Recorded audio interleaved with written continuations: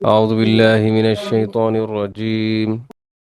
بسم الله الرحمن الرحيم.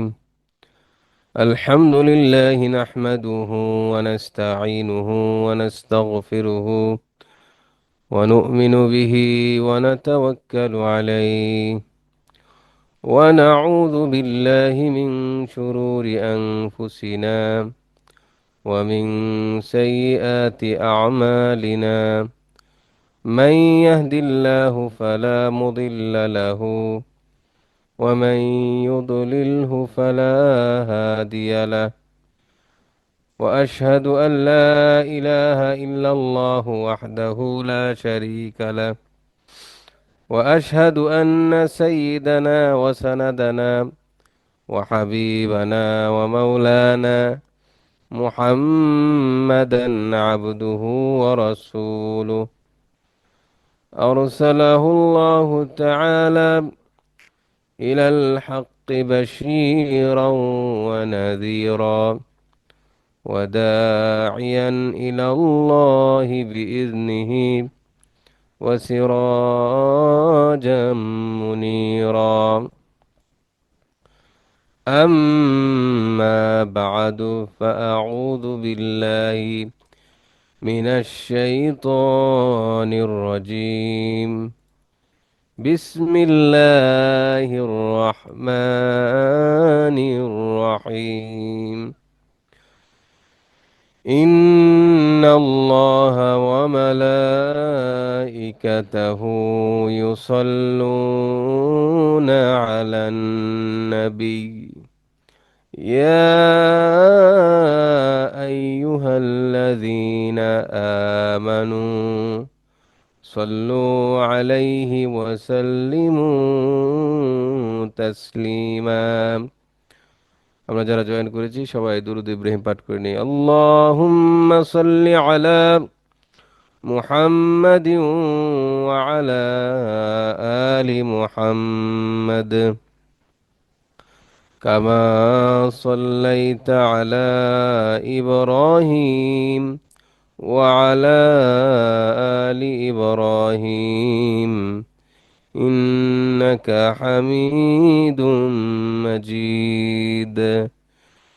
اللهم بارك على محمد وعلى آل محمد كما باركت على إبراهيم وعلى آل إبراهيم إنك حميد مجيد।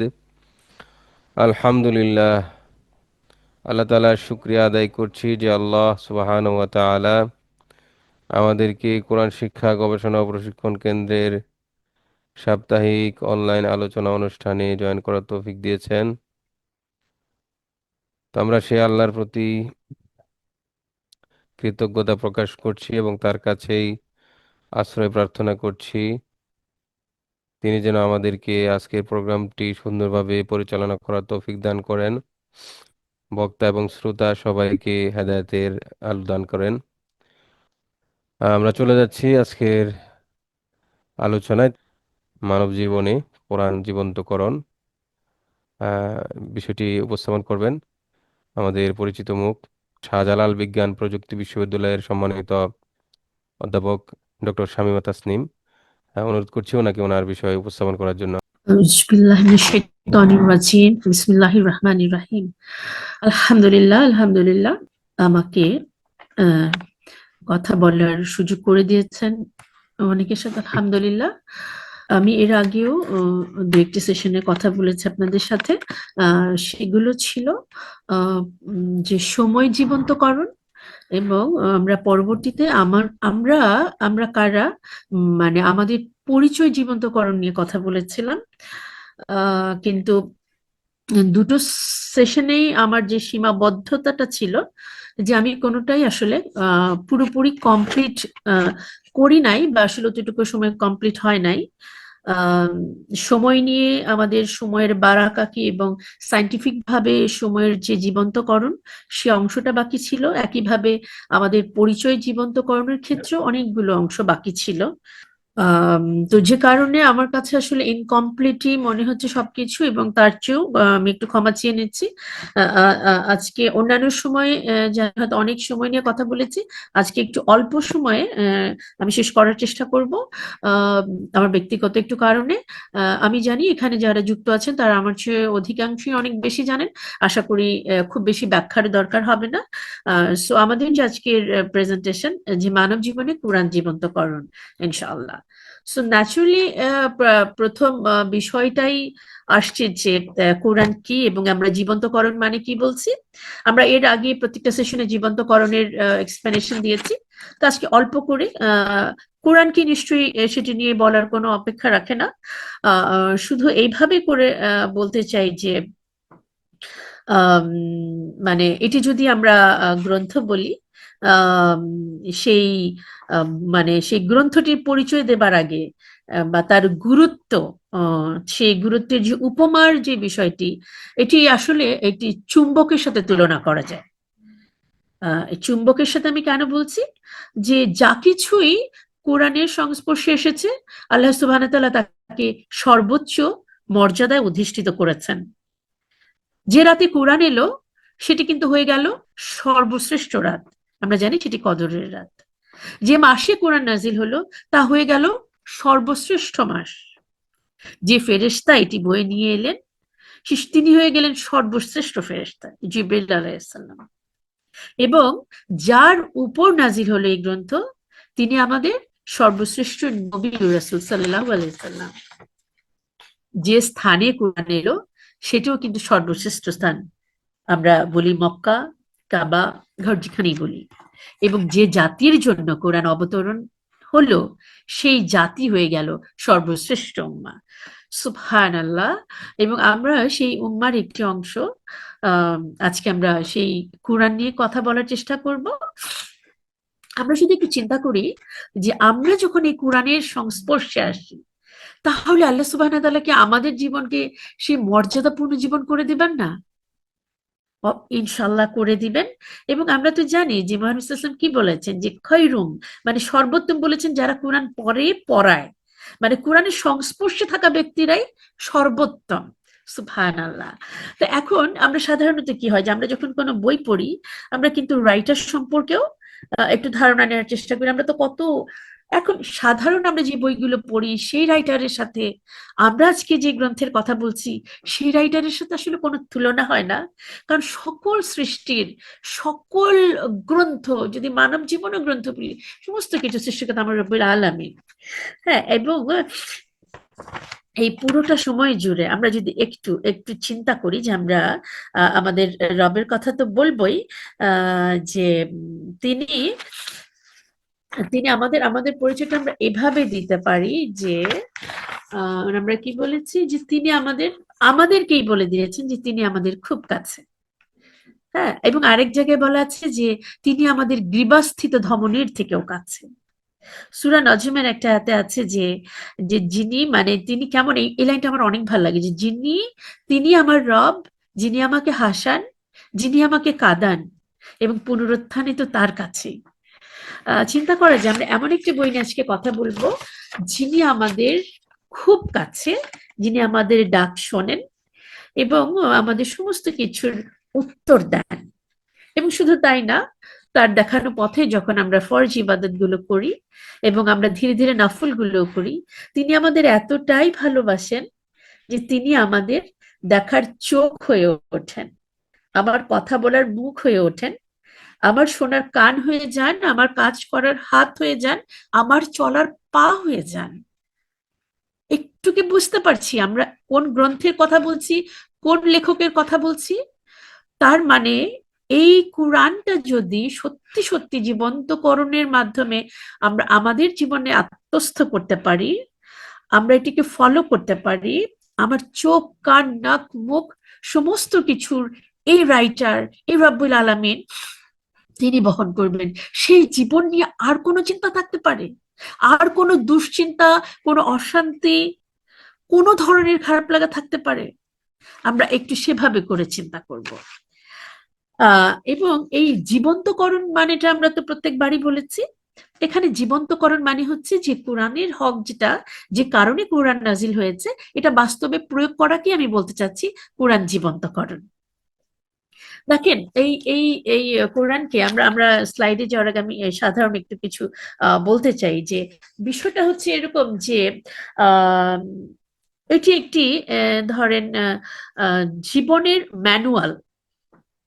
আল কোরআনকে আমরা বলছি জীবনের ম্যানুয়াল। ম্যানুয়াল কথাটা আমি বলছি এই জন্য যে ধরেন আমরা কোনো যখন ইলেকট্রিক ডিভাইস অথবা এমন কোনো একটা ডিভাইস কিনে আনি যেটার আমরা আসলে কিভাবে চালাতে হবে সেটা জানি না।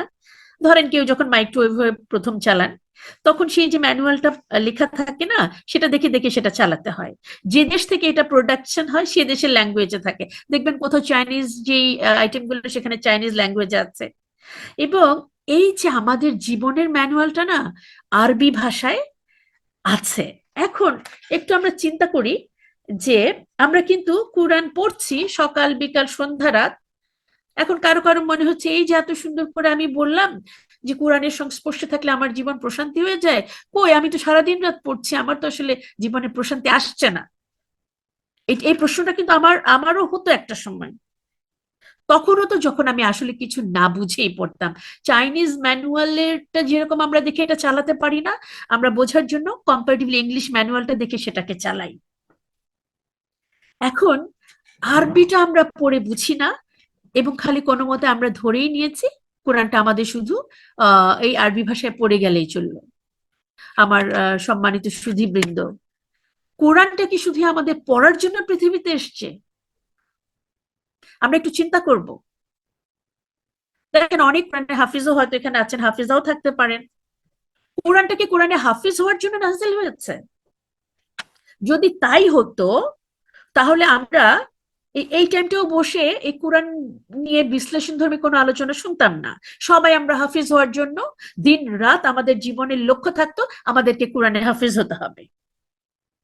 তার মানে কোরআন কিন্তু হাফিজ হওয়ার জন্য, মুখস্থ করার জন্য এই পৃথিবীতে পাঠানো হয় নাই। মানে যারা কোরআন হাফিজ আছেন, তার মানে তাদেরই কি জীবনে কোরআনটা জীবন্ত? আমি সম্মান রেখে বলতে চাই, আমরা একটা হাদিসের কথা মনে করতে চাই যেখানে বলা হয়েছে যে জাহান্নামে যাদেরকে ফেলা হবে তাদের মধ্যে ওয়ান অফ দেম প্রথম দিকে হবেন একজন কোরআনে হাফেজ। খুব কনফিউজড হয়ে যাবেন না যে কেন আমি এই কথাগুলো বলছি। কারণ কোরআনকে জীবন্ত করতে গেলে শুধু রাত দিন পড়লে সেটা জীবন্ত হবে না, এটাকে মুখস্থ করে হাফেজ হয়ে গেলে হবে না। কারণ যখন তাকে সেই হাফিজকে যখন জাহান্নামে ফেলা হবে তখন হাফিজ বলবে যে আমি তো কোরআনের হাফিজ, কিন্তু তুমি কেন আমাকে জাহান্নামে ফেলছো? আল্লাহ সুবহানাহু ওয়া তাআলা উত্তর দিবেন, তুমি তো এই উপাধিটা পাওয়ার জন্য এটাকে হাফেজ হয়েছিলে, এটাকে জীবনে অ্যাপ্লাই করার জন্য না। অথচ কোরআন জীবন্তকরণ মানে কোরআনকে জীবনে অ্যাপ্লাই করা, ইমপ্লিমেন্টেশন করা। আমরা যারা আছি, যারা শুনছি, যারা আরো পরে শুনবো, একটু চিন্তা করবো আমাদের জীবনে কতটা কোরআন রিফ্লেক্টেড হচ্ছে, আমার ব্যক্তিগত জীবনে, আমার পারিবারিক সামাজিক রাষ্ট্রীয় জীবনে, আন্তর্জাতিক ভাবে মুসলিম উম্মাহ কোরআনের কতটুকু রিফ্লেক্ট তাদের জীবনে আনতে পেরেছে যে কোরআনকে আমরা বলতে পারি আমাদের জীবনে জীবন্ত। আজকে সৌদি আরব, যে আমরা যে বললাম, যেই স্থানটা কোরআন নাজিলের কারণে স্পেশাল হয়েছে, সম্মানিত হয়েছে, মর্যাদা প্রাপ্ত হয়েছে, সেই সৌদি মক্কা, সেখান থেকে আমাদের ইসলাম সবচেয়ে বেশি কি হচ্ছে, প্রতারিত হচ্ছে। সেখানে আমরা আজকে দেখছি সিনেমা হল চালু হয়ে গেছে, সেখান থেকে দেখছি যে ইসরায়েলের সাথে এক ধরনের আতাতের মাধ্যমে ফিলিস্তিন সিরিয়া এগুলোর উপর মুসলিম উম্মাহ ধ্বংস করে দেওয়া হচ্ছে। তাহলে আমরা কি ভাববো? কোরআনের নাজিল হলো যে জায়গা, সেই পবিত্র জায়গা থেকে কোরআন এখন প্রতারিত, বিতাড়িত। সুতরাং আমরা কোরআনের মূল বিষয়টা কেন, এটার মানে কি, এই এই এই এই- এই সংক্রান্তে একটু আলোচনা করব। ইনশাল্লাহ ভবিষ্যতে হয়তো একটু ইনডেপথ অ্যানালাইসিস করার চেষ্টা করবো। আজকে শুধুই ওই যে বলেছি, এখনই কি তোমার কোরআন বোঝার মতো সময় হয়নি? হ্যাঁ, মানে এটা একটু কোরআনের আয়াত, নাম্বারটি আমি ভুলে গেছি। একজন ডাকাত ছিল, নাম ছিল ফুদাইল। উনি কিন্তু পরবর্তীতে ইসলামিক স্কলার হয়েছেন। উনি যখন এরকম ডাকাতি করছিলেন তখন বলছে যে তোমার কি এখনো কোরআন বোঝার সময় হয়নি, যে তুমি মানে অন্যায় অবিচারে রয়ে গেছো? তখন এই লাইনটি শোনার পর কিন্তু সেই পাপাচার থেকে সরে এসে কোরআনকে ফলো করেনি, কিন্তু জীবনকে মানে ইসলামের জন্য উনি ইয়ে করে দিতে পেরেছিলেন, ইসলামের আলোয় আলোকিত হতে পেরেছিলেন। তো আজকে আমরা শুরুতেই নিজেদের জীবনে যে প্রশ্নটি করতে চাই, কোরআন যে এতদিন ধরে পড়ছি, আমার জীবনে কোরআন কতটুকু জীবন্ত, কোরআনের যেই নির্দেশনা কতটুকু আমি মানছি, তাহলে কোরআনটা কি, তাহলে কোরআন জীবন্তকরণ করব কিভাবে, না করলে আমার রেজাল্টটা কি হবে, এটার উপর শুধু আজকে হয়তো কিছু স্লাইড আমি কিছু খুব বেশি ব্যাখ্যা ইনশাআল্লাহ করব না। আমরা যেটি বলতে চাচ্ছি যে এখানে আমরা অলরেডি বলেছি যে বইয়ের লেখকের কথা আমরা বলেছি, এবং আমরা কোরআনের আরো কিছু পরিচয়ের কথাও আমরা একটু বলবো। এটি না বুঝে পড়ার পরিণামটা কি বলবো, কেন বুঝে পড়তে হবে, এটার অনেকগুলো নাম আছে কোরআনের, আমরা শুধু কোরআনটাই জানি। হ্যাঁ, এবং এর কিছু অলৌকিক ক্ষমতা আছে, এবং কোরআন থেকে যে কল্যাণ লাভের যে বিষয়, সেটা নিয়ে একটু কথা বলার চেষ্টা করবো। দেখেন, আমি কিন্তু খুব সহজ ভাষা, আমি কিন্তু আজকে অনেক আয়াত দিয়ে বা ওরকম করে কিছু না, মানে আল কোরআন আমি খুব সহজভাবে বুঝি এটি একটি গ্রন্থ, এটি কিন্তু শুধুমাত্র একটি ধর্মগ্রন্থ যে পরকালে মুক্তির জন্যই একমাত্র একটি গ্রন্থ, নট দ্যাট। এটা এই দুনিয়াতে জীবনযাপন কিভাবে করলে আমি পরকালে মুক্তি পাবো সেরকম একটি বই। এটি কোনো মুসলমানের গ্রন্থ নয়। এটি শুনে যদি অবাক লাগে, আমি খুব ভালো করে বলছি, অবশ্যই এটি মুসলিমের গ্রন্থ নয় শুধুমাত্র, এটি হিন্দু, খ্রিস্টান, বৌদ্ধ, পৃথিবীতে সকল মানুষের জন্য হিদায়াতের জন্য নাজিল হয়েছে, মুক্তির জন্য নাজিল হয়েছে। সুতরাং আমরা কিন্তু অনেক সময় অনেক প্রোগ্রামে প্রশ্ন করে, আচ্ছা হিন্দুরা কি কোরআনটা ধরতে পারে বা অমুক কি, সেটা অবশ্যই এটি সবার জন্য হেদায়েত গ্রন্থ। আচ্ছা, আমরা এবার একটু আসি যে এটি এই পৃথিবীতে, মানে কয়েকটি তথ্য, এটা এটা ঠিক বিশ্লেষণ না, এটা সমস্ত কিছু সন্দেহাতীত। বহু মানুষ যুগে যুগে এই কোরআনের, আমরা যদি নবী সাল্লাল্লাহু আলাইহি ওয়াসাল্লামের সময় থেকে যে এটি নবী সাল্লাল্লাহু আলাইহি ওয়াসাল্লাম নিজেই লিখেছেন, বিভিন্ন কথা এসছে, এটি তো বানানো গল্প, এখানে ইতিহাস মিথ্যা অনেক কিছু, আমরা এরকম হাজার হাজার আয়াত পাই, কিন্তু এটি সন্দেহাতীত ভাবে এমন ভাবে প্রমাণিত হয়েছে যে 1500 বছর আগে যদি আমি ধরি, আরো যখন থেকে এই একদম প্রেজেন্ট সেকেন্ড পর্যন্ত, এটার কোনো একটি ডট পর্যন্ত কেউ অসত্য ধরনের প্রমাণ তারা করতে পারেনি। যে কারণে যুগে যুগে এটি নিয়ে করতে যে অনেকেই কিন্তু মুসলিম হবেন, এবং মানে এটি হচ্ছে কোরআনের মৌলিকত্ব। দেখেন, এটি হচ্ছে সেই কিতাব যেটি সর্বোচ্চ সংখ্যক পাঠ হয়েছে। একটু চিন্তা করেন, পৃথিবীতে আর কোনো গ্রন্থ নেই এতবার, কতবার সেই সময় থেকে, এবং প্রতিদিনই পড়া হচ্ছে, সর্বোচ্চ সংখ্যক বা পড়া হবে ইন ফিউচার, কিয়ামত পর্যন্ত এটি পড়া হতেই থাকবে। হিফজ করা হয়েছে, কোনো গ্রন্থ এত নাই যে এত সংখ্যক হাফিজ পাওয়া যাবে। দেখেন, কোরআনে আমরা কিন্তু জানি যে এটি কিন্তু প্রথমে যখন নাজিলের যে পদ্ধতিটা, এটার কিন্তু প্রেজেন্টেশন হলো অনেকগুলো পার্ট বাই পার্ট, যে কোরআন নাজিলের যে হিস্ট্রি, এটা নিয়ে একটা প্রেজেন্টেশন সম্ভব। আমি কিন্তু আজকে কোনোভাবেই কোনো হিস্ট্রিতে যাব না, শুধুমাত্র যেহেতু আমি বলেছি জীবন্ত কোরআন, ওই জায়গাটাতে আমার আলোচনাটা যেন ঠিক থাকে। এবং দেখেন, সর্বোচ্চ সংখ্যক প্রিন্ট করা হয়েছে এই বইটা, এমন কোনো বই নাই যে এত সংখ্যক প্রিন্ট করা হচ্ছে, এবং 100% নির্ভুল ভাবে, কোথাও একটা ডট, পেশ, জের এবং যে এত কিছু, কোথাও কোনো ভুল হয় নাই। ভাবতে খুব ভালো লাগে না যে পৃথিবীর যে কোনো প্রান্তে, সেটা নাইজেরিয়া বলেন, সেটা সিরিয়া বলেন, ইন্দোনেশিয়া বলেন, তারা এই একই কোরআন পড়ছেন। আমার তো মাঝে মাঝে ভীষণ আবেগ আপ্লুত লাগে যখন আমার মনে হয় যে আমার নবী সাল্লাল্লাহু আলাইহি ওয়াসাল্লাম এটি পড়েছেন, যখন মনে হয় খলিফারা এটি পড়েছেন, উমর রাদিয়াল্লাহু আনহু এটি যখন পড়া হচ্ছিল, এটি শুনে যখন উনি খোলা তলোয়ার হাতে আসলেন, এই কোরআনের রিসাইটেশন শুনে উনি ইসলাম ধর্ম গ্রহণ করেছেন। কিন্তু আমরা কোরআন পড়ছি, আমাদের জীবনে এটি কেন কোনো প্রভাব ফেলছে না? এই যে আমি বলছি, এটি এটি একমাত্র বই যার ক্রিয়া প্রতিক্রিয়া আছে। মানে শুধু একটু চিন্তা করেন, ক্রিয়া প্রতিক্রিয়া, এটি যে পড়ে এবং যে পড়ে না, কোরআনের জ্ঞান যার আছে এবং যার নাই, আলো এবং অন্ধকার, তারা কি কখনোই সমান হতে পারে? কখনো না। সুতরাং যার জীবনটা কোরআনের সাথে কানেক্টেড, যার কানেক্টেড না, তারা কখনোই একই রকম না। এটার মজেজাত আছে বলছি। এবং দেখেন, এটা সময়ের সাথে বলা হচ্ছে যে ভোরবেলা যে কোরআন পাঠ করা হয়, সে সময় ফেরেশতারা এসে সেই কোরআন পাঠ শোনেন। আপনারা যারা খুব ইউজ টু ভোরবেলা কোরআন পড়ে, তারা আপনারা জানেন যে আমরা যখন সূরা কাহাফের কথা আমরা আমরা ঘটনাটা সবাই জানি, হয়তো ফ্রাইডেতে আমরা সেই কাহাফ পড়ি, যে একবার যিনি একজন সাহাবী উনি কোরআন পড়ছিলেন, মানে সূরা কাহাফটা পড়ছিলেন। হ্যাঁ, তখন পাশে ওনার ছেলে ঘুমাচ্ছিল এবং কোরআনটা শুনে ওই ঘোড়া পাশে বাঁধা ছিল, সে খুব লাফাচ্ছিল। উনি পড়াটা স্টপ করলেই ঘোড়াটা লাফানো বন্ধ করে দেয়, আবার যখন উনি পড়তে থাকেন ঘোড়াটা আবার লাফানো শুরু করে দেয়। একটা পর্যায়ে তিনি ভয় পেলেন। তো ভোরবেলার পরে সকালবেলায় তিনি নবী সাল্লাল্লাহু আলাইহি সাল্লামের কাছে গেলেন এবং এই ঘটনাটি বললেন।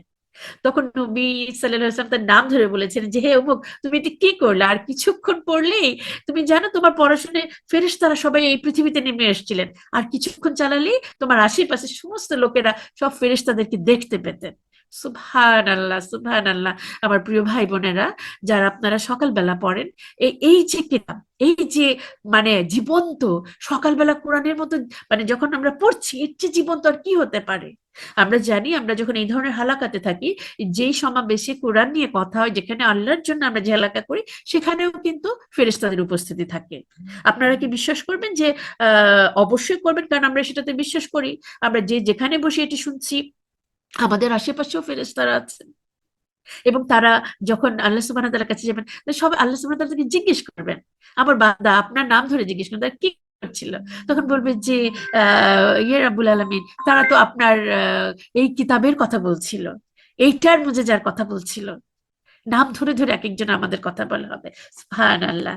আচ্ছা, আমরা আরেকটু যদি এই বই সংক্রান্ত আরেকটু কিছু যদি জানি, যে আসলে কোরআনটা কেন আসলো।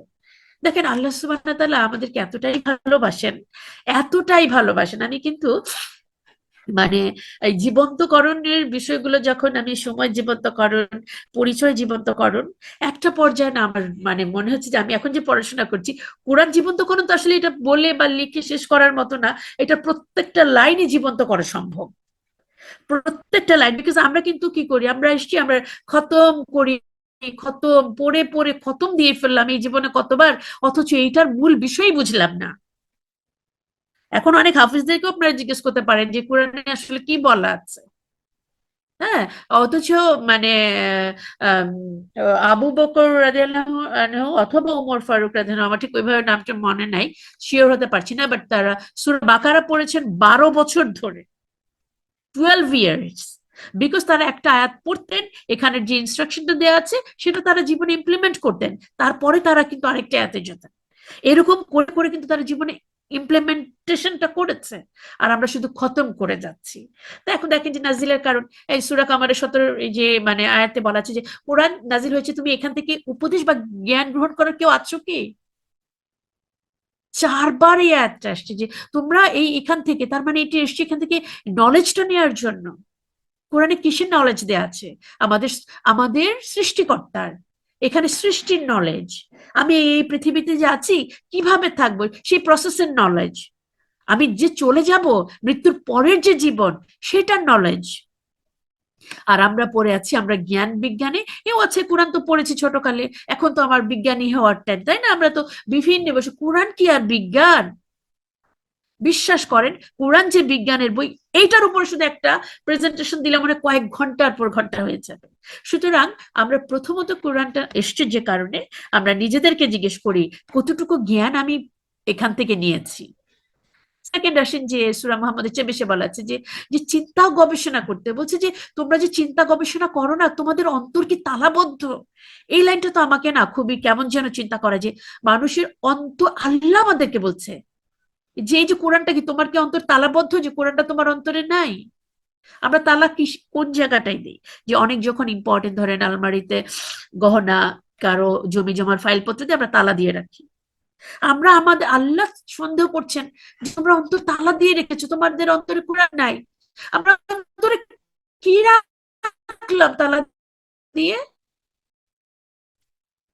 কোরআন ব্যতীত এই পরিবার, সন্তান, সম্পদ, ক্যারিয়ার, মানে ফেমাস হওয়া, এগুলো আমাদের কিন্তু চিন্তা করতে হবে। হ্যাঁ, ব্যাখ্যাতে গেলাম না, তারপর এসছি দেখেন সূরা হাদীদে বলছে যে ন্যায় বিচার প্রতিষ্ঠা করার জন্য তোমাকে আমি কোরআন দিয়েছি। কোথায় আমার ন্যায় বিচার, কোথায় আমার ইনসাফ? আজকে ইনসাফের সোসাইটি চাইতে গিয়ে প্রকাশ্যে হাদির মতো একজন 32 বছরের ছেলেকে জীবন দিতে হলো। তার অন্যায় কি ছিল? সে ইনসাফের সমাজ ব্যবস্থা চেয়েছিল। এটা আমাদের কোরআন প্রতিষ্ঠা করা আমাদের জীবনে জীবন্ত কোরআন এটা। এবং এটা নিয়ে কথা বললে আমার আপনারও একই পরিণাম হতে পারে, কি কতটুকু কোন সমাজে আমরা বাস করছি। এবার দেখেন বাকার 185 বলছে সঠিক পথ হেদায়েত পাওয়ার জন্য কোরআন। যারা আমরা কোরআন পড়ে জীবন শেষ করে দিলাম কিন্তু এখনো সুদ খাওয়া ছাড়তে পারলাম না, এখনো মানে গীবত এবং আমার শাসক কেমন হবে, কোরআন যে বলেছে যে যে কোরআন দিয়ে বিচার ফয়সালা করে না সে ফাসিক। সূরা মাইদাতে পাবেন পরপর 3টা আয়াত আছে, কোরআন দিয়ে যে মানে রাষ্ট্র পরিচালনা করে না সে কাফের। ফাসিক, জালেম, কাফের 3টা শব্দ বলা হয়েছে যারা মানুষের তৈরি সংবিধান দিয়ে জীবন পরিচালনা করে। চিন্তা করতে পারছেন? চিন্তাই করা যায় না, তাই না, যে আমরা তাহলে আসলে কতটুকু হেদায়েত পেয়েছি। এবং যে একত্ববাদ আল্লাহ সুবহানাহু ওয়া তাআলাকে চেনা, যে বলা হয়েছে এটি রজ্জুর মতো। সুবহানাল্লাহ, কোরআনটা হচ্ছে একটা রজ্জুর মতো, যার এক প্রান্তে আমরা, আরেক প্রান্ত হচ্ছে কি আকাশের উপরে আল্লাহ রাব্বুল আলামিনের কাছে। আমরা কি সেই কোরআনকে আমরা কি ধরবো না? আচ্ছা তাহলে দেখেন আমরা কতটুকু কি করেছি এটা যেন আমরা বুঝতে পারি। এখানে আমি ইন ডিটেলস এটা করেছি, আমি আসলে একটু ব্যাখ্যা করতে চাচ্ছি না, ইনশাল্লাহ আপনারা এটা দেখে নেবেন। এখন আমরা চলে আসি যে যে কোরআনের যে আমরা যেটা বলছি যে জীবন্তকরণ মানে হচ্ছে কোরআনের হক আদায় করা। কোরআন যে কারণে নাযিল হয়েছে সেটাকে ফলো করা। কোরআনের হক একেবারে সুস্পষ্ট ভাবে হচ্ছে প্রথমে শুদ্ধভাবে পড়া, তারপর হচ্ছে অর্থ বুঝে পড়া, নিজের জীবনে চলা এবং এটার জ্ঞানটাকে প্রচার করা। আমরা এটা করছি কিনা যেটা চিন্তা করব। এবার দেখেন আমরা কোরআন তেলাওয়াত করে সেখানেই দেখবেন বলা আছে এর অর্থ আবৃত্তি করা, উপলব্ধি করা, অনুসরণ করা, উত্তরাধিকারী হওয়া। আমরা কয়জন কোরআনের হতে পারতাম যে আমি খুব স্পিডে যেতে চাই। এখনই হক আদায় না করলে কি হবে? আমরা কিন্তু বলতেই পারি যে একটু আগে আমি যেমন বললাম যে কোরআনটা হচ্ছে একটা মানব জীবনের ম্যানুয়াল। ধরেন আমি একটা মাইক্রোওয়েভ ওভেন কিনলাম, এই ম্যানুয়ালটা যদি আমি নাও দেখে আমি চালিয়ে নিতে পারবো। আমি ইলেকট্রিক লাইন দিব, কিছু কিছু আন্দাজে দিলে ওটা চলবে। একসময় নষ্ট হয়ে গেলে আমি আরেকটা কিনে নিলাম, বা ওকে সর্বোচ্চ নষ্টই হয়ে যাবে। একটু চিন্তা করি, আল কোরআনকে আমি বলছি মানব জীবনের ম্যানুয়াল। এটাকে কিভাবে চলতে হবে সব বলা আছে, কিভাবে শুরু শেষ এভরিথিং। এখন কেউ যদি আমাকে এখন প্রশ্ন করেই বসে যে আমি তো কোরআন মানি না, পড়ি না, কোথায় আমার জীবনের কোথাও তো কোনো সমস্যা হয় নাই, আমি হয়তো এটা নিয়ে চ্যালেঞ্জ করে কিছু বলতে পারবো না। কিন্তু যেই ডিভাইসের কথা আমি একটু আগে বলেছি মাইক্রোওয়েভ ওভেন, সেটাকে আপনি হয়তো রিপেয়ারে দিলে ঠিক হবে, কিন্তু আমার জীবনটা এই ম্যানুয়াল না মেনে চলে যখন হঠাৎ করে সুইচ অফ, আমার আয়ুটা এই মুহূর্তে শেষ, এটা রিকভার করার কোনো সুযোগ নাই, এটাকে রিপেয়ারমেন্টের আর কোনো সুযোগ নাই। সুতরাং এই যে হক আদায় না করার পরিণতি, কোরআনকে জীবন্ত না করার পরিণতি দুরকম। একটা হচ্ছে দুনিয়ার জীবনে আমার পরিণতি ভয়াবহ হবে, অসম্মানের, বিপর্যস্ত, অশান্তির। আরেকটা হবে পারলৌকিক জীবনে, মৃত্যুর পরবর্তী জীবনে সেই জাহান্নামে সেই পরিণতির কথা না হয় আমরা সেভাবে নাই বলি। এখন দেখেন সৈয়দ আবুল হাসান আলী নদভী, উনি ভারতের একজন বিখ্যাত স্কলার। উনি এত এই কোরআনের হক নিয়ে এত একটা ইম্পর্টেন্ট কথা বলেছেন যে শুনলেও ভয় লাগে। আমি বলি, আপনারা স্ক্রিনে আছে, যে ব্যক্তি কোরআন পড়লো না সে কোরআন পরিত্যাগ করলো, খুব স্বাভাবিক তাই তো। এরপরে উনি বললেন যে ব্যক্তি কোরআন পড়লো কিন্তু বুঝলো না সেও কোরআন পরিত্যাগ করলো। এরপর আবার যে ব্যক্তি কোরআন পড়লো, বুঝলো কিন্তু মানলো না সেও কোরআন পরিত্যাগ করলো। আরো যোগ করা হয়েছে কি, যে ব্যক্তি কোরআন পড়লো, বুঝলো, মানলো কিন্তু প্রচার করলো না বা দিন কায়েমে সে নিজেকে নিয়োগ করলো না সেও কোরআন পরিত্যাগ করলো। তার মানে আমি আপনি কোরআন পরিত্যাগকারীর মধ্যে পড়ে গেলাম না তো? জীবন তো হলো কি আমাদের জীবনে? সূরা ফুরকানের 30 নম্বর আয়াতে বলা আছে, নবী সাল্লাল্লাহু আলাইহি সাল্লাম আমাদের সম্পর্কে বলেছেন যে হে আমার রব, আমার জাতি এই কোরআনকে বর্জন করেছে, মানে পরিত্যাগ করেছে। একটু চিন্তা করেন, আমরা কোরআন পড়ছি, খুব আত্মতৃপ্তিতে ভুগছি, কিন্তু যখন আমার আমার নবী, আমি যার উম্মত, ইনি বলছেন যে আমার এই জাতি কোরআনকে বর্জন করেছে, করেছি কি করি নাই এটা আমরা সবাই মিলে চিন্তা করি, করণীয়টাও চিন্তা করি। এখন এই যে আমরা বলছি যে মানে কেন এটা এত গুরুত্বপূর্ণ, এটা তো আল্লাহর বাণী। হ্যাঁ? আমি এটা বলি যে ঠিক মানে মহাগ্রন্থ, সন্দেহাতীত এগুলো তো আয়াত আছে আমার কাছে না। এটাকে ধরেন এই যে মানুষের জীবন বিধান বা সংবিধান বলছি, হ্যাঁ, এটা সূরা মায়দা 3 নম্বর আয়াতে বলা আছে। এখন সংবিধান মানে কি, একটা রাষ্ট্র কিভাবে চলে আমরা তো জানি, সংবিধানে বিভিন্ন ক্লজ গুলো বলা থাকে, আইন বিভাগ, বিচার বিভাগ, শাসন বিভাগ যেভাবে চলার কথা, তাই তো সেভাবে করে চলছে। একটু চিন্তা করেন তো, মানে কেন শুধু পড়লে হবে না? ধরেন ডক্টর ইউনূস যেভাবে মানে তার যে উপদেষ্টা মণ্ডলী যেভাবে চালাচ্ছেন, তারা এই যে সংবিধানটা আছে তারা বসে সারাক্ষণ এগুলো পড়ছেন। সংবিধানে যা যা বলা আছে, সকালে একবার পড়ছেন, দুপুরে একবার, বিকালেও হয়তো পড়ছেন। আমার রাষ্ট্রের কোনো চেঞ্জ হবে আনটিল এগুলো ইমপ্লিমেন্টেশন না হয়? সংবিধান যারা বোঝেন, কনস্টিটিউশন যারা বোঝেন, বারবার রিসাইটেশনে কোনো রাষ্ট্রের পরিবর্তন হবে না। তাহলে শুধু কোরআন পড়ে কিভাবে আমাদের জীবন পরিবর্তন হবে যদি ইমপ্লিমেন্টেশন না হয়? সুতরাং মানুষের জীবনে সংবিধান রাইটার আমার রব্বুল আলামিন আমাকে ইমপ্লিমেন্ট করতে বলেছেন। আচ্ছা, আর জীবনযাপনের গাইডলাইন এটা তো আমরা বললাম। তারপর আমি এখানে যেটাকে তাহলে দেখেন কেন আমাদেরকে এটা বুঝে পড়তে হবে। ধরেন কনস্টিটিউশনটা ইংলিশ ভাষায় যেটা দেয়া আছে, বা ধরেন চাইনিজ ভাষায়। আমি হয়তো ভাষা শিখে, আমরা যারা আইএলটিএস দিয়ে ইংলিশ শিখে চলে যাই, কারণ আমার অনেক স্কলারশিপ পাবো, অনেক কষ্ট করে আমরা কিন্তু এটা শিখে ফেলি, জানি না আমার একটা স্কলারশিপ পেতে এটা দরকার হবে। আরবি পড়তে আমার অনেক কষ্ট লাগে, এই আরবি এত কোনো মতে একটু পড়লেই তো হলো। একটা স্কলারশিপের জন্য, বাইরের একটা ডিগ্রির জন্য আমি চাইনিজ ভাষা পর্যন্ত শিখে ফেলি, চ্যাং প্যাং ম্যাং যা খুশি হোক সেটা শিখে আমাকে বাইরে গেলে আমার তো দুনিয়ার সম্মান হবে, আমার পিএইচডি ডিগ্রি হেন তেন কত কিছু।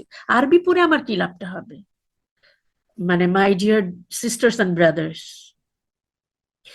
এই যে সংবিধানটা, যেটা এইটা হচ্ছে একমাত্র বই যেটা না পড়ে, না বুঝে যদি পড়েন যেটাতে সওয়াব আছে, প্রতি অক্ষরে 10 নেকি। আমরা যারা অ্যাডভান্স স্টাডি ক্লাস করি মাওলানা আব্দুল শহীদ নাসিম স্যারের সাথে, উনি একটা খুব সুন্দর কথা বলেন যে আপনারা ওই 10 টাকার লোভে, এক অক্ষরে 10 টাকা সাপোজ, এইটার লোভে আপনারা অনেক কিছু পড়েন, কিন্তু এটা না বুঝে পড়ার যে শাস্তি, সেটা যে কয়েক কোটি টাকা, সেটা আপনি না জানার ফলে পড়ে যা কামাই করেন, সেটা না বুঝে না মেনে পুরো মাইনাসে চলে যান। এটা আমাদেরকে কিন্তু একটু বুঝতে হবে। হ্যাঁ, এই যে বান্দার জন্য শেফা, শেফা মানে কি? এটা হচ্ছে নিরাময়, তাই তো, যন্ত্র পরিশুদ্ধকরণ। এখন আপনি বলবো কই, আমি তো পড়ছি, আমার তো কোনো শিফা হচ্ছে না। আপনাদের সেই যে সূরা ফাতিহার ওই ঘটনাটা নিশ্চয়ই মনে আছে, যে নবী সাল্লাল্লাহু আলাইহি ওয়াসাল্লাম তার গ্রুপ সহ একবার একটা যুদ্ধ থেকে ফিরছিলেন, কোন একটা জায়গায় মনে হয় সন্ধ্যা হয়ে গেছে, তারা সেই গোত্রের কাছে কিছু খাবার চেয়েছিলেন। তো তারা কিন্তু তাদেরকে স্থানও দেয় নাই, খাবারও দেয় নাই, তো ওনারা এখানে এভাবে বসে আছেন। তো ওই দিনই সম্ভবত সাপের কামড়ে ওই গোত্র প্রধান, মানে সাপের কামড় দেয়। তখন ওখান থেকে একজন, ওরা এসে এই গ্রুপকে, নবী সাল্লাল্লাহু আলাইহি ওয়াসাল্লামের যে গ্রুপটা ছিল তাদেরকে বলেছেন যে দেখো, আমাদের তো গোত্রপ্রধানকে সাপে কামড় দিয়েছে, তোমরা কিছু করতে পারো? তখন এখান থেকে একজন লোক গেলেন এবং উনি যে সূরা ফাতিহা পড়ে 4-5 বার পরে ফু দিয়েছেন, এবং সাপের বিষটা কিন্তু বের হয়ে গেছে, উনি সুস্থ হয়ে গেছেন। পরে নবী সাল্লাল্লাহু আলাইহি সাল্লাম যেটা বলেন যে তুমি কেমন করে জানলে যে সূরা ফাতিহা পড়ে এত শিফা পাওয়া যায়? সুবহানাল্লাহ, আপনিও তো ফাতিহা পড়ি, আমাদেরটা কেন হয় না? একই তো কোরআন, একই তো সূরা ফাতিহা। আমরা সূরা ফাতিহায় প্রতি সময় বলি যে কি, যে আমরা শুধুমাত্র তোমার কাছেই সাহায্য চাই, বলি তো প্রত্যেকটা মানে ওয়াক্তের সলাতে, প্রত্যেকটা রাকাতে বলি, শুধু মানে তোমার কাছে সাহায্য চাই বলি, এবং পরক্ষণে যে আবার আরেকজনকে বলছি কি, ভাই তুমি হচ্ছে আমার সব, আমার চাকরিটা দাও, তুমি আমার জীবনটা বাঁচালা, তুমিই আসলে সব। সেই ফাতিহা কি এক হলো?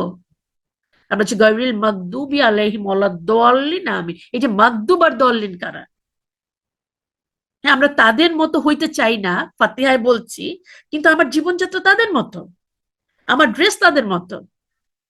কিভাবে করে আমার সলাৎ কবুল হবে? কিভাবে করে সূরা ফাতিহার আমি শিফা পাবো? আমার জীবনে তো কোনো ইমপ্লিমেন্টেশন নাই, শুধু রিসাইটেশন আছে। ইমানের সাথে এটার কোনো সম্পর্ক তো নাই। তো সুতরাং এই যে আমি কোরআন জীবন্তকরণ মানে বলছি কিন্তু অ্যাপ্লাই করা, শুধু ঠোঁট থেকে পড়া না। তারপরে যে মানুষকে অন্ধকার থেকে আলোতে আনার নূর, যুগে যুগে সেই এই দেখেন মহাত্মা গান্ধী পর্যন্ত বলেছিল যে মুহাম্মদ হচ্ছে সেই লিডার যে বিনা রক্তপাতে মানে অন্ধকার যুগের কিছু মানুষকে একেবারে আলোকিত সময় নিয়ে আসলো কোরআনের মাধ্যমে। উনি এখানে লিডার হিসেবে নবী সাল্লাল্লাহু আলাইহি ওয়াসাল্লামকে বলেছেন। মানে এই আমাদের বুঝতে হবে যে নবী সাল্লাল্লাহু আলাইহি ওয়াসাল্লাম উনি নিজে নূর, আল্লাহ সুবহানাহু ওয়া তাআলা কোরআনকে বলেছেন নূর, এবং আমাদের মানুষের ভেতরেও কিন্তু নূর আছে। এটা আপনারা সূরা নূরের 35 নম্বর আয়াতে এটা আপনারা জানেন যে আমাদের ভেতরে আমাদের ফিতরাত, নিশ্চয়ই এটা জানেন আপনারা। আচ্ছা দেখি যদি সামনে কোনো আয়াতে থাকে ইনশাআল্লাহ আমি বলবো। তাহলে কোরআনের মাধ্যমে আমাদের তো নূরে আলোকিত হওয়ার কথা, আমরা হচ্ছি না কেন? আমাদের ঘাটতিটা কোথায় আমাদের চিন্তা করতে হবে। এবং বলেছে আল কোরআন একটি রজ্জু যাকে আঁকড়ে ধরলে মানুষ সঠিক পথে থাকবে। সুতরাং আমরা যারা ভাবছি যে আমরা ভীষণভাবে বিপর্যস্ত, আমাদের ক্রস চেক করা উচিত আমাদের রজ্জুটা ঠিকভাবে ধরা, নাকি আমরা একই সাথে অনেকগুলো রজ্জু ধরার চেষ্টা করছি, একই সাথে মাজারেও যাচ্ছি, একই সাথে আমি রবের সাহায্য চাচ্ছি, কোনোটাই কিন্তু কাজ করবে না। বিদাতের সাথে হারামের সাথে কোনো, আমি যখন ওই যে বলেছি যে আমাদের অন্তরে একটি শরীরের ভেতরে একটি অংশ আছে, হ্যাঁ, যেটি নষ্ট হয়ে গেলে পুরোটাই নষ্ট হয়ে যায়। আমি হারাম খাচ্ছি আর কোরআন রিসাইটেশন হাফেজ হয়ে গেছি, কোনো লাভ নাই। হ্যাঁ, আমাদের সুদ খাচ্ছি কিন্তু আবার প্রচুর দান সাদাকা করছি, এই জিনিসগুলো আমাদের মাথায় রাখতে হবে। দেখেন আচ্ছা কতটুকু সময়, ওকে, আমরা বলছি যে মানব জীবনে কোরআন জীবন্তকরণ, তাই তো? নিশ্চয়ই মনে আছে আমরা কিন্তু বলেছিলাম যে পরিচয় জীবন্তকরণে বলেছিলাম সূরা আম্বিয়ার 10 একটা যে আমি তোমাদের কাছে এমন একটি কিতাব নাজিল করেছি যাতে তোমাদের কথা আছে অথচ তোমরা চিন্তা ভাবনা করো না। হ্যাঁ, আমরা কিন্তু বলেছিলাম জাহানাফের কথা, যে যিনি অনেক চিন্তা করে বের করেছেন আমার কথা কোথায় বলা আছে, আমি আপনি কতটুকু আমাদেরকে খুঁজে বের করলাম। জানেন মানে মজার বিষয় হচ্ছে যে আমি যখন ছোট তখন মানে এরকম একটা লাইন যখন বলতো যে সব সমস্যার সমাধান কোরআনে আছে, আমি তখন অনেক খুঁজে বের করে কিছুই বুঝতাম না কোথায় সমস্যাটার সমাধান বলা আছে। আমার তো হাজার হাজার সমস্যা কোথায়। মানে সূরা ফুরকানের 33 নম্বর আয়াতটা কি দেখেন, তারা তোমার কাছে এমন কোন সমস্যার উত্থাপন করে না যার বাস্তব সমাধান এবং উত্তম তফসির আমরা তোমাকে ব্যাখ্যা করি না। ডিয়ার সিস্টার্স এন্ড ব্রাদার্স, এই আয়াতটাকে আমি আরো একবার পড়বো এই জন্য যাদের মনে আমার মতো দ্বিধা দ্বন্দ্ব কিছু ছিল বা এখনো হয়তো মাঝে মাঝে হয়, তারা ফুরকানের 33 নম্বর আয়াতটা বারবার পড়েন। তারা তোমার কাছে মানে নবীকে বলছে আল্লাহ সুবহানাহু ওয়া তাআলা, তারা তোমার কাছে এমন কোনো সমস্যার উত্থাপন করে না যার বাস্তব সমাধান এবং উত্তম তফসির মানে উত্তম সমাধান মানে আমরা ব্যাখ্যা করি না। সুতরাং কোরআনে আমার আপনার প্রত্যেকের সমস্যার সমাধান আছে, আমরা যেন সেটি বোঝার মানে চেষ্টা করি। কোরআন আমরা বলেছি ক্রিয়া প্রতিক্রিয়া আছে। কোরআনের বিভিন্ন আয়াত এটি খুব মানে জাস্ট যদি আমি কোরআন শুধু বলবো না, ধরেন যদি শুধুমাত্র আল্লাহ রব্বুল আলামিনের নাম যদি আপনি পড়েন, আমি বিজ্ঞানের ভিত্তিতে একটি রিসার্চের কথা বলছি, কিচ্ছু না, পুরা কোরআনের এত এত আয়াত এত এত শব্দ, শুধু একটা শব্দকে আমি পিক করে আমি আপনাদেরকে একটা বলি যে আল্লাহ। হ্যাঁ, আলিফ লাম লাম হা, তাই তো আল্লাহ। এই যে এটা ক্রিয়া প্রতিক্রিয়া, শুধু আমি আপনাকে বলছি যে এটার উপর রিসার্চ করেছে, এইটার উপর বিজ্ঞানীরা রিসার্চ করে যেটি বলেছে আমি একটু লাইন টু লাইন সেভাবে পড়ছি যে জিকির সম্পর্কিত বিজ্ঞানের থিওরি লক্ষ্য করলে দেখা যায় আল্লাহ শব্দ উচ্চারণ করতে কয়েকটি ধাপ উল্লেখ করা হয়েছে। ইসলামী পরিভাষায় এই একই বিষয় উল্লেখ করা হয়েছে মাখরাজ হিসেবে, অর্থাৎ আল্লাহ শব্দের প্রথম অক্ষর আলিফ বা হামজা উচ্চারণ হয় কণ্ঠনালীর শুরু থেকে এবং এই কণ্ঠনালীকে শ্বাসযন্ত্র বলা হয়। খেয়াল করবেন দ্বিতীয় ও এবং তৃতীয় অক্ষর যেটি লাম উচ্চারিত হয় জিভের আগার কিনারা ও উপরের দাঁতের মাড়ি থেকে, আর হা উচ্চারণ হয় কণ্ঠনালীর শুরু থেকে, তবে সেটি হামজা বা আলিফ থেকে আলাদা উচ্চারণ, অর্থাৎ ফুসফুস এবং হৃদযন্ত্রের মধ্যে একটি যোগসূত্র সৃষ্টি হবে। এবং সিফাত অনুযায়ী অক্ষরগুলো উচ্চারণ করলে বিশ্লেষণটা এমনই হবে, আপনি যখন আলিফ বলেন লাং থেকে একটি কিন্তু বাতাস বাইরে চলে আসে। আমরা যখন বলি আল্লাহ, এই যে আমার ভেতর থেকে বিভিন্ন অঙ্গ প্রত্যঙ্গের মাধ্যমে যে আমার বাইরে যে শ্বাসটি বেরিয়ে আসলো, এই শুধুমাত্র এই জিকিরটি যারা করে তাদের দেখা গেছে যে হার্টের কোনো সমস্যা হয় না। এই রিসার্চটি করার জন্য তারা কিছু সংখ্যক মুসলিম এবং অমুসলিম যারা কোরআন এবং আল্লাহ এদের সম্পর্কে কোনো ধারণা ছিল না, তাদেরকে শুধু বলা হয়েছিল যে তোমরা আল্লাহ শব্দটি এটি বারবার বলো। এবং অনেক দিন এটি প্র্যাকটিসের পর দেখা গেছে যারা এটি প্র্যাকটিস করতো এবং যারা করতো না তারা হার্টের রোগে আক্রান্ত হয়েছে, এবং যারা করতো তাদের সেটি হয়নি। সুবহান আল্লাহ, সুবহান আল্লাহ।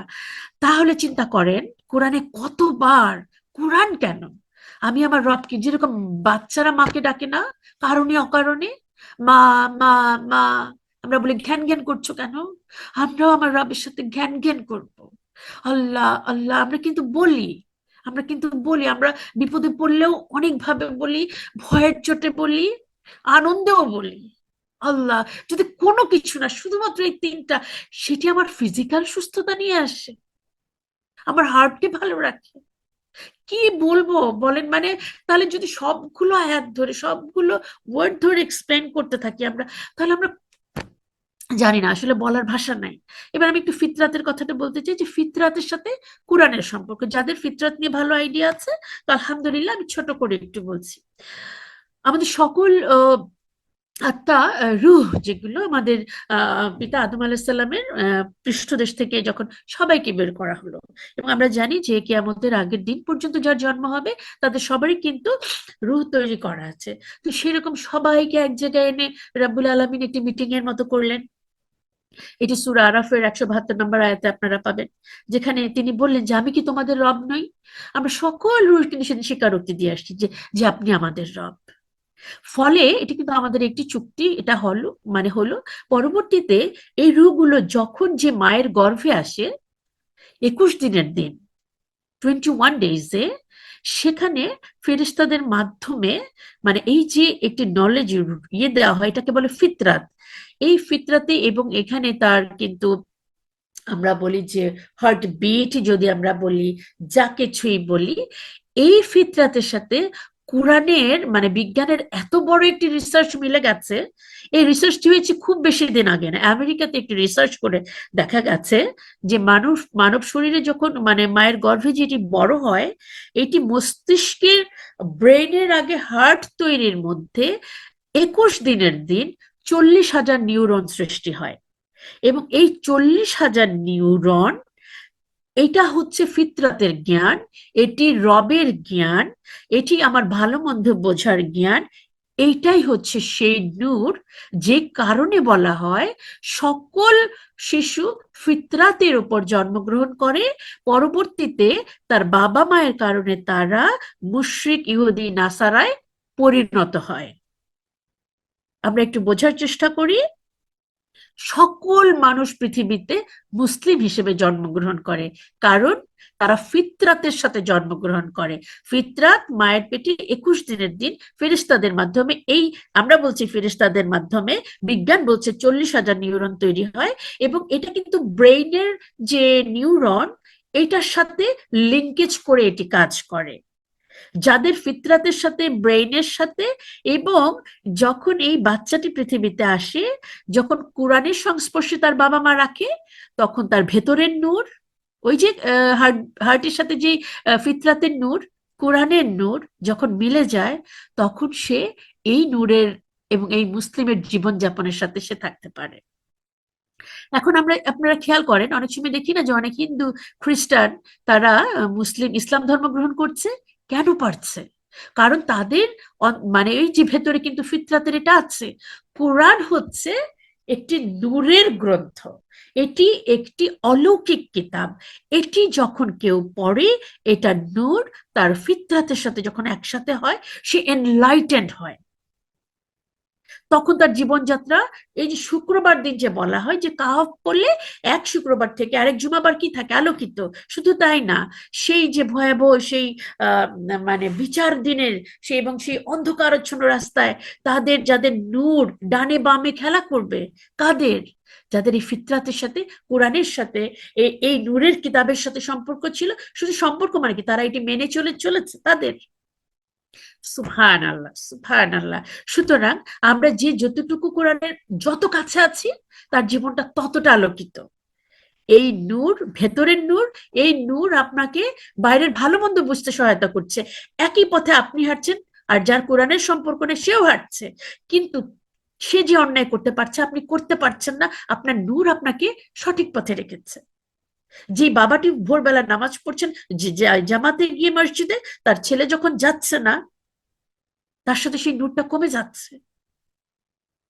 আমি আবারও বলবো, আমার শ্রদ্ধেয় ভাই বোনেরা, যারা নিজেরা কোরআনের সাথে আছি, সেটা যেন শুধুমাত্র ব্যক্তিগত না থাকে, এটি যেন পারিবারিক, এটি যেন সামাজিক, এটি যেন রাষ্ট্রীয় ভাবে কোরআনের সাথে কানেক্টেড থাকে। আলোটা আমাদের সবার দরকার। আজকে আমরা সন্তানদেরকে এত ভালোবাসি, একটা ভালো কিছু খেতে কষ্ট হয় সন্তানকে ছাড়া, কিন্তু সেই দিন যখন আমার যে সন্তানটি ঘুমিয়ে আছে, যে সন্তানটি বেপরদায় আছে, যে সন্তানটি কোরআনের সাথে সম্পর্কে নাই, আলোর সাথে নাই, দুনিয়ার এই কৃত্রিম আলোর মধ্যে আছে, সেদিন আলোর অভাবে কত ভয়াবহ জীবন হবে, এটি যেন আমরা বুঝতে পারি। আচ্ছা, আমি এটা নিশ্চয়ই ফিতরাতের সাথে এটা এটি বোঝাতে পেরেছি। আরেকটি, আমি খুব সিম্পল ভাবে, আমি কিন্তু আমি যেহেতু একেবারেই কোরআনের কোনো স্কলার না, আমি সাধারণ একজন শিক্ষক, আমি যেভাবে ফিল করি, আমি যেভাবে জীবন্ত করার চেষ্টা করি, আমি সেভাবে আপনাদেরকে একটু বলার চেষ্টা করি। যেমন কোরআন হলো, আমি ঠিক আমাদের লিখেছি, মানে আমার কাছে একটি রবের পাঠানো একটি চিঠি। আমি এইভাবে করে ফিল করি। আমি যখন আয়াতটি পড়ি, মানে আমি আয়াতটার আগে আমার নামটা যুক্ত করি, যে হে শামীমা, মানে তুমি কখনই, মানে হালাল, হালালকে হারামের সাথে মিশ্রিত করো না, আর আমি তোমার জন্য যথেষ্ট। হাসবুনাল্লাহ নিয়ামাল ওয়াকিল। হ্যাঁ, আমি আমার নামটা যখন করি না, তখন আমার কাছে মনে হয় যে আমার রব আমার জন্য এটি লিখেছেন। মানে আমার রবকে আমি আমার, মানে আমার রব, মানে সবার জন্য সেটি আমাদের সবার রব। যখন আমি এইভাবে ফিল করি, কোরআনটা জীবন্ত আমার কাছে, কারণ এটা একটা চিঠি। এবং আমি খুবই আফসোস করছি, আমি খুবই অনুতপ্ত, আমি আল্লাহ রাব্বুল আলামিনের কাছে প্রতিনিয়ত ক্ষমা চাই, একই সাথে আমি আমার নেক আয়ু চাই। এই জন্য ইয়া রাব্বুল আলামিন, জীবনে যে দুনিয়াবি পড়াশোনা করেছি, হ্যাঁ, অবশ্যই এটি দরকার ছিল, সেটি জীবিকার জন্য, জীবনের যে লক্ষ্য উদ্দেশ্য, এটার জন্য এই কোরআনের নলেজ ছাড়া একটা স্টেপ দেওয়া সম্ভব না। সুতরাং আমার বাকি সময়টা যেন এই কোরআনের নলেজটুকু গেইন করতে পারি, অ্যাপ্লাই করতে পারি, সেই সুযোগটা যেন পাই। চিঠিটা কেমন, ধরেন খুব সিম্পল একটা উদাহরণ দিই। ধরেন আমার মা আমাকে একটি চিঠি লিখেছেন, আম, বলেছেন যে তুমি এটি পড়ো, পড়বে এবং এটি দিয়ে তোমার জীবন চলবে। তো আমি চিঠিটি নিয়ে রেখে দিয়েছি। সো আসলে আমার পড়া হয় নাই, চিঠিটা হয়তো ব্যাগে রয়ে গেছে, অনেক সময় পেরিয়ে গেছে। আমি এর মধ্যে অনেক অসুস্থও ছিলাম, এর মধ্যে আমার অনেক বয়স হয়েছে, আমি অনেক দারিদ্রতার কষাঘাতে জর্জরিত, অনেক ঋণ আমার। হ্যাঁ, তো জীবনের শেষ পর্যায়ে এসে হঠাৎ মনে পড়লো, আচ্ছা আমার মা তো আমাকে একটি চিঠি দিয়েছিলেন, আমি তো কখনো চিঠিটা পড়লাম না। খুলে দেখি লেখা আছে, মা লিখেছিলেন যে দেখো, আমি তোমার জন্য উঠোনের আহ, এই নিম গাছের নিচে এক ঘোড়া মোহর রেখে এসেছি, তুমি এটি তুলে নিবে, এটি দিয়েই তোমার সারা জীবন তুমি সচ্ছল ভাবে কাটিয়ে দিতে পারবে। এমন একটি সময় আমি চিঠিটি পড়লাম, যখন দারিদ্র্যের কষাঘাতে আমি জর্জরিত, সারাটা জীবন কাটিয়ে দিলাম এভাবে, কারণ আমি সময় মতো মায়ের লেখা চিঠিটি খুলে আমি সেই সম্পদের ঘরা কলসিটি উঠাতে পারিনি। তারপরে দেখলাম আরো একটি লাইনে এরকম লেখা আছে যে তোমার ঘরের উত্তরের জানলাটি খুলবে না, কারণ ওদিক থেকে বিষাক্ত বায়ু আসে। আমি তো চিঠিটি পড়িনি, যে কারণে সারা জীবন আমার ঘরের উত্তরের জানলাটা খোলা ছিল। বিষাক্ত বায়ু আমাকে সারা জীবন অসুস্থ করেছে, যেরকম ভাবে বিষাক্ত বন্ধুদের সাথে আমি পুরো জীবনটা পার করেছি। সময় মতো মায়ের চিঠিটি না পড়ার ফলে জীবন সায়ান্নে যখন আমি ধ্বংসপ্রাপ্ত, সেই চিঠিটি পড়ে জেনে আমি আসলে কতটুকু নিজের জীবনকে ঠিক করতে পারবো। আবার রবের চিঠিটা আমার কাছে এখন মনে হয় তেমনি একটি চিঠি, যে কারণে আমি সবাইকে বলতে চাই, মালাকুল মউত আসার আগে আমাদের এই চিঠিটি পড়া উচিত, মানা উচিত, জানা উচিত, সুস্থ থাকার জন্য, জীবনে সম্মানিত থাকার জন্য, পরকালীন জীবনে আগুন থেকে বেঁচে থাকার জন্য। আমি এভাবে করে ছোট করে এটি বলতে চাই। দেখেন আসলে এই এই এই এই যে অনেকগুলো স্লাইড আছে, আমরা আসলে অনেকটা সময় পার করে ফেলেছি, আমি হয়তো আর 5-7 মিনিটের মধ্যে শেষ করতে চাই। জাস্ট কোরআনের আমরা জানি যে আল কোরআন, কোরআন মানে হচ্ছে কোরআন থেকে এসেছে, যে হচ্ছে পঠিত, পড়া। এটি সর্বোচ্চ সংখ্যক পড়া হচ্ছে, এটির নাম হচ্ছে আল কোরআন। আমি শুধু একবার বলেছি, আপনারা বুঝে যাবেন, এগুলো আমি আয়াতগুলো পাশে দিয়েছি। যারা আসলে এই এই চিঠিটি রবের কথাগুলো সত্যি সত্যি বুঝতে চান, তারা আয়াতগুলো পড়বেন এবং অ্যাপ্লাই করার চেষ্টা করবেন। যেমন ফুরকান মানে হচ্ছে সত্য মিথ্যার পার্থক্যকারী। হ্যাঁ, আল কিতাব, এটি তো আমরা বাকারাতেই পেয়েছি নূর। হ্যাঁ, আল হুদা মানে পথ প্রদর্শক। আমরা কোন পথের কত কিছু খুঁজি কান্ডারি, তাই না? অথচ এই কোরআন হচ্ছে আমার পথ প্রদর্শক। আর জিকির, হ্যাঁ মানে এটি স্মরণ করা। আমরা বলি না যে এই যে জিকির করা মানে সারাক্ষণ এই জিকির মানে তসবিহ নিয়ে সুবহানাল্লাহ আলহামদুলিল্লাহ আল্লাহু আকবার, নট দ্যাট, এটা তো এক ধরনের জিকির। জিকির মানে কিন্তু স্মরণ করা।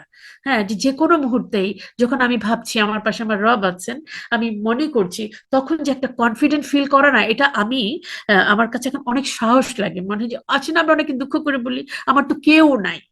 আমি আমি জানি না আগের লেকচার গুলোতে বলেছি কিনা, যারা আমরা বলি যে আমার তো আল্লাহ ছাড়া কেউ নাই, কত বড় স্টুপিড আমরা। আল্লাহ যার আছে তার কি আর কাউকে দরকার আছে? আমরা এমন বলি কেউ আমাকে ভালোবাসে না, হাজব্যান্ড ওয়াইফ ছেলে মেয়ে কেউ আমার না। তাতে কি আসে যায়? যিনি ভালোবাসলে পুরো পৃথিবী আমার হয়ে যায়, যিনি আমার হাত পা চোখ নাক হয়ে যান, আমার তো আর কাউকে দরকার হয় না। আমরা তো আসল ভালোবাসার জায়গাটাই চিনলাম না। দেখেন আরেকটা হচ্ছে কোরআনের নাম হচ্ছে রাহমা। এই কোরআনে আল্লাহর অনুকম্পার কথা বলা আছে। আমি কিন্তু এই যে কোরআনের যে বিষয়বস্তুগুলো সেগুলো নিয়ে আলোচনা করার হয়তো আজকে আর সময় হবে না, আমি শুধু নামগুলো একটু বলি। আল হাকিম প্রজ্ঞাময়, হাবলুল্লাহ যে আল্লাহর রজ্জু। মানে এই জিনিসটা একটু চিন্তা করেছেন? আল্লাহ কোথায়? হ্যাঁ কোথায়, আমরা আল্লাহকে কোনো চিন্তা করতে পারি না, কিন্তু যখন বলছে আল্লাহর রজ্জু মানে এই কোরআন, একটু ভেবে দেখেন না। মানে আমি একজন স্কলারকে যিনি যিনি এই কোরআনটাকে বুকে জড়িয়ে ধরে কাঁদেন আর বলেন যে এটা আমার রবের বাণী, এগুলো আমার রবের কথা। হয় না যে আমরা খুব প্রিয়জনের, এখন তো অনেক মোবাইল মেসেজ অনেক কিছু হয়, একটা চিঠিকে আমরা কত আপন ভাবি। এটি রব্বুল আলমিনের এই কোরআনটা রজ্জু, মানে জড়িয়ে ধরলেই তো কত কনফিডেন্ট লাগার কথা। সুবহানাল্লাহ। আচ্ছা দেখেন, আল বাশির কোরআনের আরেকটা নাম, সুসংবাদদাতা। কি সুসংবাদ আছে এটার মধ্যে? এখন আপনি আমি যদি ভাবি যে কোথায় 50 লক্ষ টাকা পুরস্কার পাওয়া যাবে, সেরকম কোনো সুসংবাদ না। হ্যাঁ, যে এটি এমন একটি সুসংবাদ যে তুমি যদি এভাবে জীবন চালাও তোমার জন্য তো জান্নাত। হ্যাঁ, তুমি যদি নবীর উম্মত হতে পারো, সে তো তোমার জন্য আহ তোমাকে জান্নাতে না নেওয়া পর্যন্ত সে যাবে না। এগুলা হচ্ছে সুসংবাদ, এগুলো আপনি কোথায় পাবেন? এগুলা এই কোরআনের মধ্যে আছে। আবার বলা হচ্ছে আন নাজির, মানে কোরআন হচ্ছে সতর্ককারী। যদি তুমি এটা করো, যদি তুমি হারামের মধ্যে থাকো, যদি তুমি নবীর সুন্নাহ তরক করো, যদি তুমি ফরজ তরক করো, বা তুমি যদি আল্লাহকে নিয়ে বিতর্কের মধ্যে থাকো, যদি তোমার সন্দেহ থাকে, যদি তোমার ঈমান দুর্বল থাকে, তোমার জন্য জাহান্নাম। সুতরাং এটা জানার পর তুমি সতর্ক হয়ে যাও। আমরা অনেক সময় বিপদে পড়ি, আমি তো জানতামই না যে এটা করলে এটা হয়, এখানে গর্ত আছে আমি তো জানতামই না। এখন 1500 বছর আগে কোরআন আপনাকে আমাকে জানাই দিল, আর আমার বয়স এখন 50, আমি বলছি আমি জানি না। দেখেন আমরা সময় জীবন্তকরণে বলেছিলাম যে তোমাকে যথেষ্ট সময় কি দেয়া হয়নি যে তুমি তোমার জীবনকে সতর্ক করবে? তোমাকে কি যথেষ্ট সময় দেয়া হয়নি তুমি তোমার রবকে চিনবে? আমাকে আপনাকে কি কি যথেষ্ট সময় দেয়া হয়নি যে এই কোরআনটি পেয়েছি? আমরা বলেছিলাম সেদিন প্রথম সেশনে যে আবু বকর রাদিয়াল্লাহু আনহু কিন্তু এই ইসলাম ধর্ম গ্রহণ করেছেন, তখন তার বয়স হচ্ছে মানে 38। উনি ইয়াং বয়সের মাত্র 2 বছর পেয়েছেন, এই কোরআনের সান্নিধ্যে এসে উনি 2 বছর পেয়েছেন। অথচ উনার জন্য জান্নাতের সবগুলো দরজা খোলা, উনি যে কোনো দরজা দিয়ে যেতে পারেন। আর আমি আপনি আমাদের পুরো সময়টা এই কোরআন পেয়েছি, অথচ আমরা আগুনের ভয়ে ভীত, অথবা আগুন আমার জন্য কনফার্ম, এখনো আমি ভীত না। আরেকটা নাম হচ্ছে কোরআনের সিরাতুল মুস্তাকিম। আমরা সারাক্ষণ পড়ি যে সিরাতুল মুস্তাকিম, তাই না? আমাকে তুমি সহজ সরল পথ দেখাও বলেই আমরা বাঁকা পথে পুরো জীবনটা কাটিয়ে দিচ্ছি। এই সিরাতুল মুস্তাকিম কি, এটা পড়ার জানার জন্য আমার কোরআনটা দরকার। তারপর হচ্ছে কি শিফা, আমরা কোরআন পড়ছি, শিফা পাচ্ছি না। হ্যাঁ, জীবন্ত হতে হবে। দেখেন আমরা যে মুসলিম, হ্যাঁ বলা হচ্ছে যে যে আমরা আব্দুল শহীদ নাসিম স্যারের ইসলাম একটি পূর্ণাঙ্গ জীবন ব্যবস্থা একটি বই আছে, খুব পাতলা একটি বই। বইতে বলা আছে যে তুমি কত পার্সেন্ট মুসলিম, তুমি কি পূর্ণাঙ্গ মুসলিম, তুমি কি হাত চোখ নাক মুখ সবকিছু সহ মানে মুসলিম কারা? মানে আমরা বলি ইসলাম মানে শান্তির ধর্ম, কথাটা কিন্তু সেটা না। মানে আত্মসমর্পণকারী, যিনি 100% আত্মসমর্পণ করে। আমরা সলাতে যেরকম হাত আল্লাহু আকবার বলার সময় হাত দুটো উপরে তুলি না, এটা কখন হয়? যখন আসামিকে আম, থাকে, তখন সে যেন তাকে গুলি করা না হয়, সারেন্ডার করে। দেখবেন এই দৃশ্যটা আমাদের খুব কমন। সারেন্ডার মানে 100% সারেন্ডার, যে তুমি আমাকে এখন শুট করো না, আমি সবকিছু মেনে নিলাম। আমরা সলাতে দাঁড়িয়ে সুন্দর হাত দুটো তুলে সারেন্ডার করি, সলাৎ শেষ করেই হারাম জীবনে ঢুকি। আবার সলাতের মাঝখানেও সারেন্ডার করলাম, মনে নাই কি পড়ছি না পড়ছি, কত কয়টা সেজদা দিলাম সেগুলোও হয়তো আমার মনে নাই। তাহলে তো সেটা আসলে সেই সারেন্ডার করা কিন্তু হলো না। তো সুতরাং মুসলিম হতে গেলে 100% হতে হবে। কখনো কখনো কেউ হয়তো আমরা এককভাবে মুসলিম, পরিবারটা মুসলিম না, হয়তো অনেক পরিবার মুসলিম, সমাজটা আমাদের মুসলিম না, আর রাষ্ট্র তো হওয়ার কোনো কারণই নাই। কারণ বলা হচ্ছে যেখানে কোরআন দিয়ে বিচার ফয়সালা করা হয় না তারা কাফের। আমরা কি করছি, কোথায় আছি, আমাদেরকে একটু। আচ্ছা, আমি শুধু এই নাম নিয়ে গেলাম, আমি আসলে বাকি আমি কিন্তু এই যে পরবর্তী স্লাইড গুলো বলছি না, কারণ আমরা এখনই শেষ করতে চাই। আচ্ছা দেখেন, কোরআন আমার পক্ষে অথবা বিপক্ষে সাক্ষী দিবে, এই লাইনটা কি একটু ভয় লাগছে না? দেখেন এই কোরআন বলবে যে তারা আমাকে পরিত্যাগ করেছে, বলবে যে আমি তার ঘরে ছিলাম, সে কখনো আমাকে খুলে দেখে নাই। আর পক্ষে কিভাবে সাক্ষী দিবে? এই যে দেখেন সূরা মুলক পড়েন আমরা ঘুমের সময় রাতের বেলা, সে বলাই আছে হাদিসে যে যখন সে কবরে, যখন তার আযাব হতে থাকবে, সে ডানে বামে সামনে পেছনে এই সূরা মুলক বলবে, সে আমাকে পড়তো, তাকে কোনো শাস্তি দেওয়া না হোক। চিন্তা করা যায় এটা এটা কি, কোরআনটা কি জিনিস? হ্যাঁ, মানে দেখেন সূরা ঝুমার 5 নম্বর এরকম বলা আছে যে যে তাওরাত বহনের দায়িত্ব দেয়া হয়েছিল, কিন্তু তারা সেভাবে করেনি। তাদের উদাহরণ হচ্ছে গাধার মতো, যে পুস্তকের বোঝা বহন করে কিন্তু তা অনুধাবন এবং অনুসরণ করে না। আমরাও তো গাধার মতো কোরআনটাকে বহন করছি, তাই না? ব্যাখ্যা করলাম না, আশা করি বুঝতে পারছি। হ্যাঁ, তারপরে যারা দেখেন সূরা তাহাতে বলা আছে যে যে একসময় হয়তো আমাদেরকে অন্ধ করে মৃত্যুর পর উঠানো হবে, আমরা বলবো যে আমরা তো দুনিয়ার জীবনে দৃষ্টিশক্তি সম্পন্ন ছিলাম, আপনি আমাদেরকে অন্ধ করে কেন তুললেন?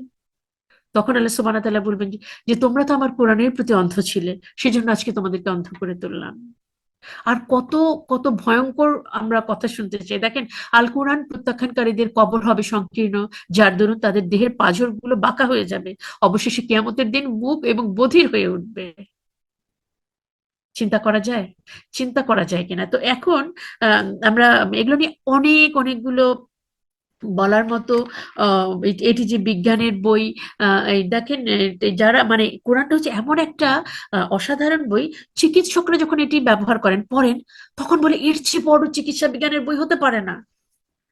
কারণ এই যে মায়ের পেটে যে সন্তানের অবস্থান, তাদের যে সৃষ্টি, তারা সূরা জুমারের 3টি সেফটির কথা বলা হয়েছে, 3টি লেয়ারে বাচ্চাটি থাকে। এটি তো বিজ্ঞান, এই চিকিৎসা বিজ্ঞানে মাত্র সেদিন আবিষ্কার হয়েছে।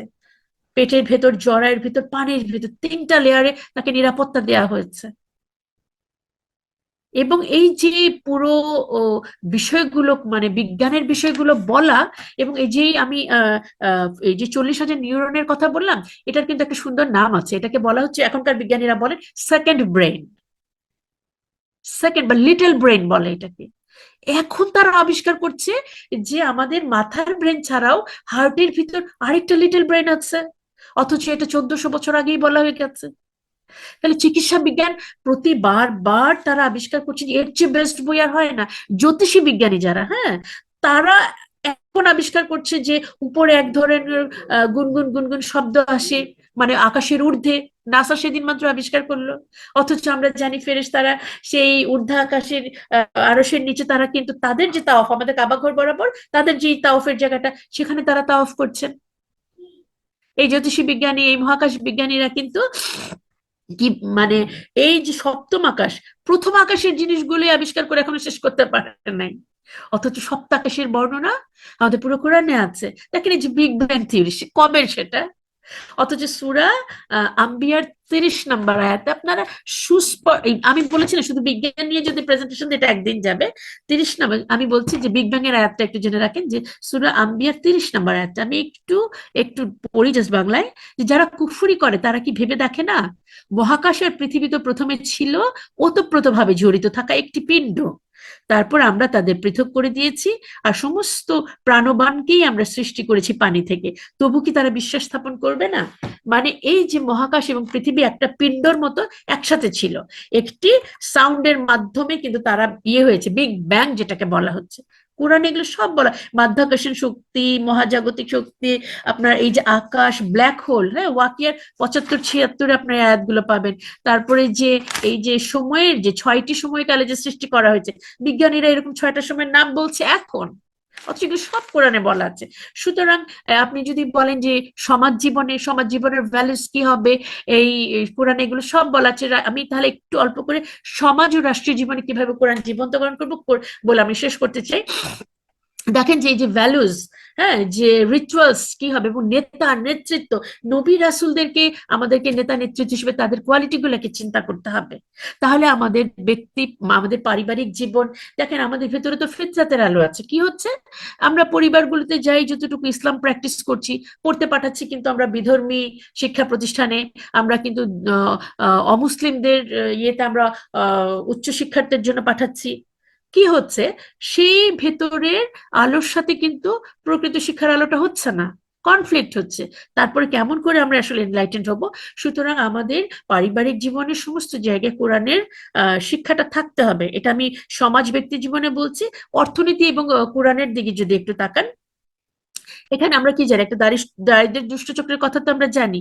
কি বলে যে স্বল্প আয়, তাই এটার জন্য আমাদের স্বল্প চাহিদা, স্বল্প বিনিয়োগ হয়, এবং স্বল্প কর্ম উৎপাদন। এই যারা ইকোনমিক্স আছেন তারা জানেন কিভাবে দরিদ্র থেকে দরিদ্র থেকেই যাই আমরা। কিন্তু এখন এখানে যদি আপনারা একটু দেখেন যে ইসলামে কি বলা হয়েছে, জাকাতের মাধ্যমে এই মানে অর্থনৈতিক প্রবৃদ্ধি বহু আগে আমার নবী সাল্লাল্লাহু আলাইহি ওয়াসাল্লামের সময় এটা হয়েছিল। ওমর রাদিয়াল্লাহু আনহুর সময় তো কোনো ব্যক্তিকে জাকাত দেওয়ার মতো পাওয়াই যায় নাই। অথচ আমাদের ডক্টর ইউনুস, সেদিন মাত্র উনি কি নোবেল লরিয়েট হলেন, তাই না? উনি আবার কি থিওরি দিলেন, 3-0। কোন কোন জায়গায় 3-0 হবে? একটা হবে যে কোনো পভার্টি থাকবে না, আনএমপ্লয়মেন্ট থাকবে না, কার্বন নিঃসরণ হবে না। এগুলো তো ইসলাম ধর্মে বহু আগেই হয়ে গেছে। জাকাত নেওয়ার কেউ ছিল না, আনএমপ্লয়মেন্ট কেউ ছিল না, এবং কার্বন নিঃসরণ যেন এটা করার জন্য তো আমাদের বৃক্ষরোপণের কথা বলাই হয়েছে। আমরা ইসলামের দিকে তাকিয়ে দেখলাম না, কোরআনের দিকে তাকিয়ে দেখলাম না, আমরা শুধু এই পাশ্চাত্য জগতে কি থিওরি দিচ্ছে, কিভাবে কি হচ্ছে, তারা যখন এই নোবেল লরিয়েট এসে যখন আমার দেশ পরিচালনা করছে, আমরা ধরে নিচ্ছি এটাই নিউ ওয়ার্ল্ড, এটাই সবচেয়ে উন্নত। আমাদের সঙ্গে সমকামিতার জন্য লুত আলাইসাল্লাম যেভাবে করে এটা সমাধানের চেষ্টা করলেন, আল্লাহ সুবহানাহু ওয়া তাআলা যারা মানেন সেই দেশটাকে, সেই স্থানটাকে ধ্বংস করে দিলেন। আর আমাদের নোবেল লরিয়েটরা যখন ক্ষমতায়, তখন আমার দেশে ট্রান্সজেন্ডার, সমকামিতা এগুলো শুরু হয়ে যায়। কি করে জীবন্ত হবে আমাদের? আমরা তো আমাদের সমাজ ব্যবস্থার দিকে আমরা ভালো করে দেখছি না। কোরআনের সমাজ এবং এগুলো নিয়ে কি বলা হলো, যে দেখেন বলা হলো যে নারী আমাদের সম্পদ হবে 2:1। হ্যাঁ, এই যে নারী পুরুষের যে এর বিষয়টা, এখন এই এই গভর্নমেন্ট কি সুন্দরভাবে নারী কমিশনের মাধ্যমে পতিতাবৃত্তিকে, যেটি কোরআন সমর্থন করে না, সেটিকে তারা অ্যাপ্লাই করে ফেললেন, ইমপ্লিমেন্ট করে ফেললেন। এটা কি আপনি বলবেন আধুনিকতা? তার মানে কোরআন জীবন্ত তো না, কোরআনকে তো আমরা মাটি চাপা দিয়ে ফেলছি। আমাদের পরিণতি আমাদের বুঝে দেখতে হবে। একটু আমরা তাকাই রাষ্ট্র ব্যবস্থার দিকে, দেখেন গুড গভর্নেন্স একটা শব্দ শুনে থাকবেন। এই তো ওয়ার্ল্ড ব্যাংক সেদিনের দেওয়া থিওরি, খুব সুন্দর সুন্দর শব্দ বলা আছে, আমি ওদেরটাই ইউজ করেছি, যে পার্টিসিপেশন থাকতে হবে, আইনের শাসন থাকতে হবে, ট্রান্সপারেন্সি, অ্যাকাউন্টেবিলিটি, ন্যায় বিচার, বাকস্বাধীনতা। প্রত্যেকটা আমার আয়াতে আয়াতে বলা আছে। আমি কিন্তু সময়ের জন্য আয়াতগুলো ব্যাখ্যা করছি না, বাট বাস্তবে কি হচ্ছে, কোথায় আমার আইনের শাসন? তাহলে আজকে হাদির এরকম হত্যার পরে আরো অনেকগুলো হত্যা হয়ে গেছে। আবরার যখন সবার সামনে এভাবে করে হত্যা হলো, মানে তখন ছাত্রলীগের সবাই সে আবরারকে এভাবে করে হত্যা করলো। সেদিন তেজগাঁ কলেজে সাকিব নামে এক ছাত্রকে ছাত্র দলের সবাই এইভাবে করে পিটিয়ে হত্যা করলো। কোথায় আইনের শাসন? এখন আবার সামনে যারা ক্ষমতা আসবেন তারা এইভাবে আরো অন্যান্যদেরকে হত্যা করবেন। সুতরাং যতক্ষণ পর্যন্ত আপনি কোরআনকে ইমপ্লিমেন্টেশন না করবেন, কোরআনকে জীবন্তকরণ না করবেন, কোনোভাবেই ইনসাফের এটা কায়েম হতেই পারে না। তো সুতরাং আমরা যেন এটি বুঝতে পারি, এবং তাহলে কি হবে, আল কোরআনের ভিত্তিতে আমরা এই মডেলটাকে আমরা বলতে চাই আমার ব্যক্তিগত জীবনে আমি কোরআনের জীবন্ত করব, মানে সাংগঠনিক মানে পারিবারিক জীবনে, সমাজ জীবনে, রাষ্ট্র, এবং অবশ্যই আমার সম্পর্কটা বিভিন্ন দেশের সাথে, আমার নবী সাল্লাল্লাহু আলাইহি ওয়াসাল্লামের জীবনে আলী রাদিয়াল্লাহু আনহুর সাথে আপনারা যদি চুক্তিগুলো দেখেন দেখতে পাবেন যে কেমন করে, এই দেখেন এত রাষ্ট্রবিজ্ঞানের এত ইয়ে দেয়, মদিনা রাষ্ট্রের আদলে কিন্তু আমরা এখনো আর কিছু পাই না। সো আমি শেষ করতে চাই এইভাবে করে, যে শঙ্কর দয়াল শর্মার নাম শুনেছেন, ভারতের এক্স একজন রাষ্ট্রপতি ছিলেন।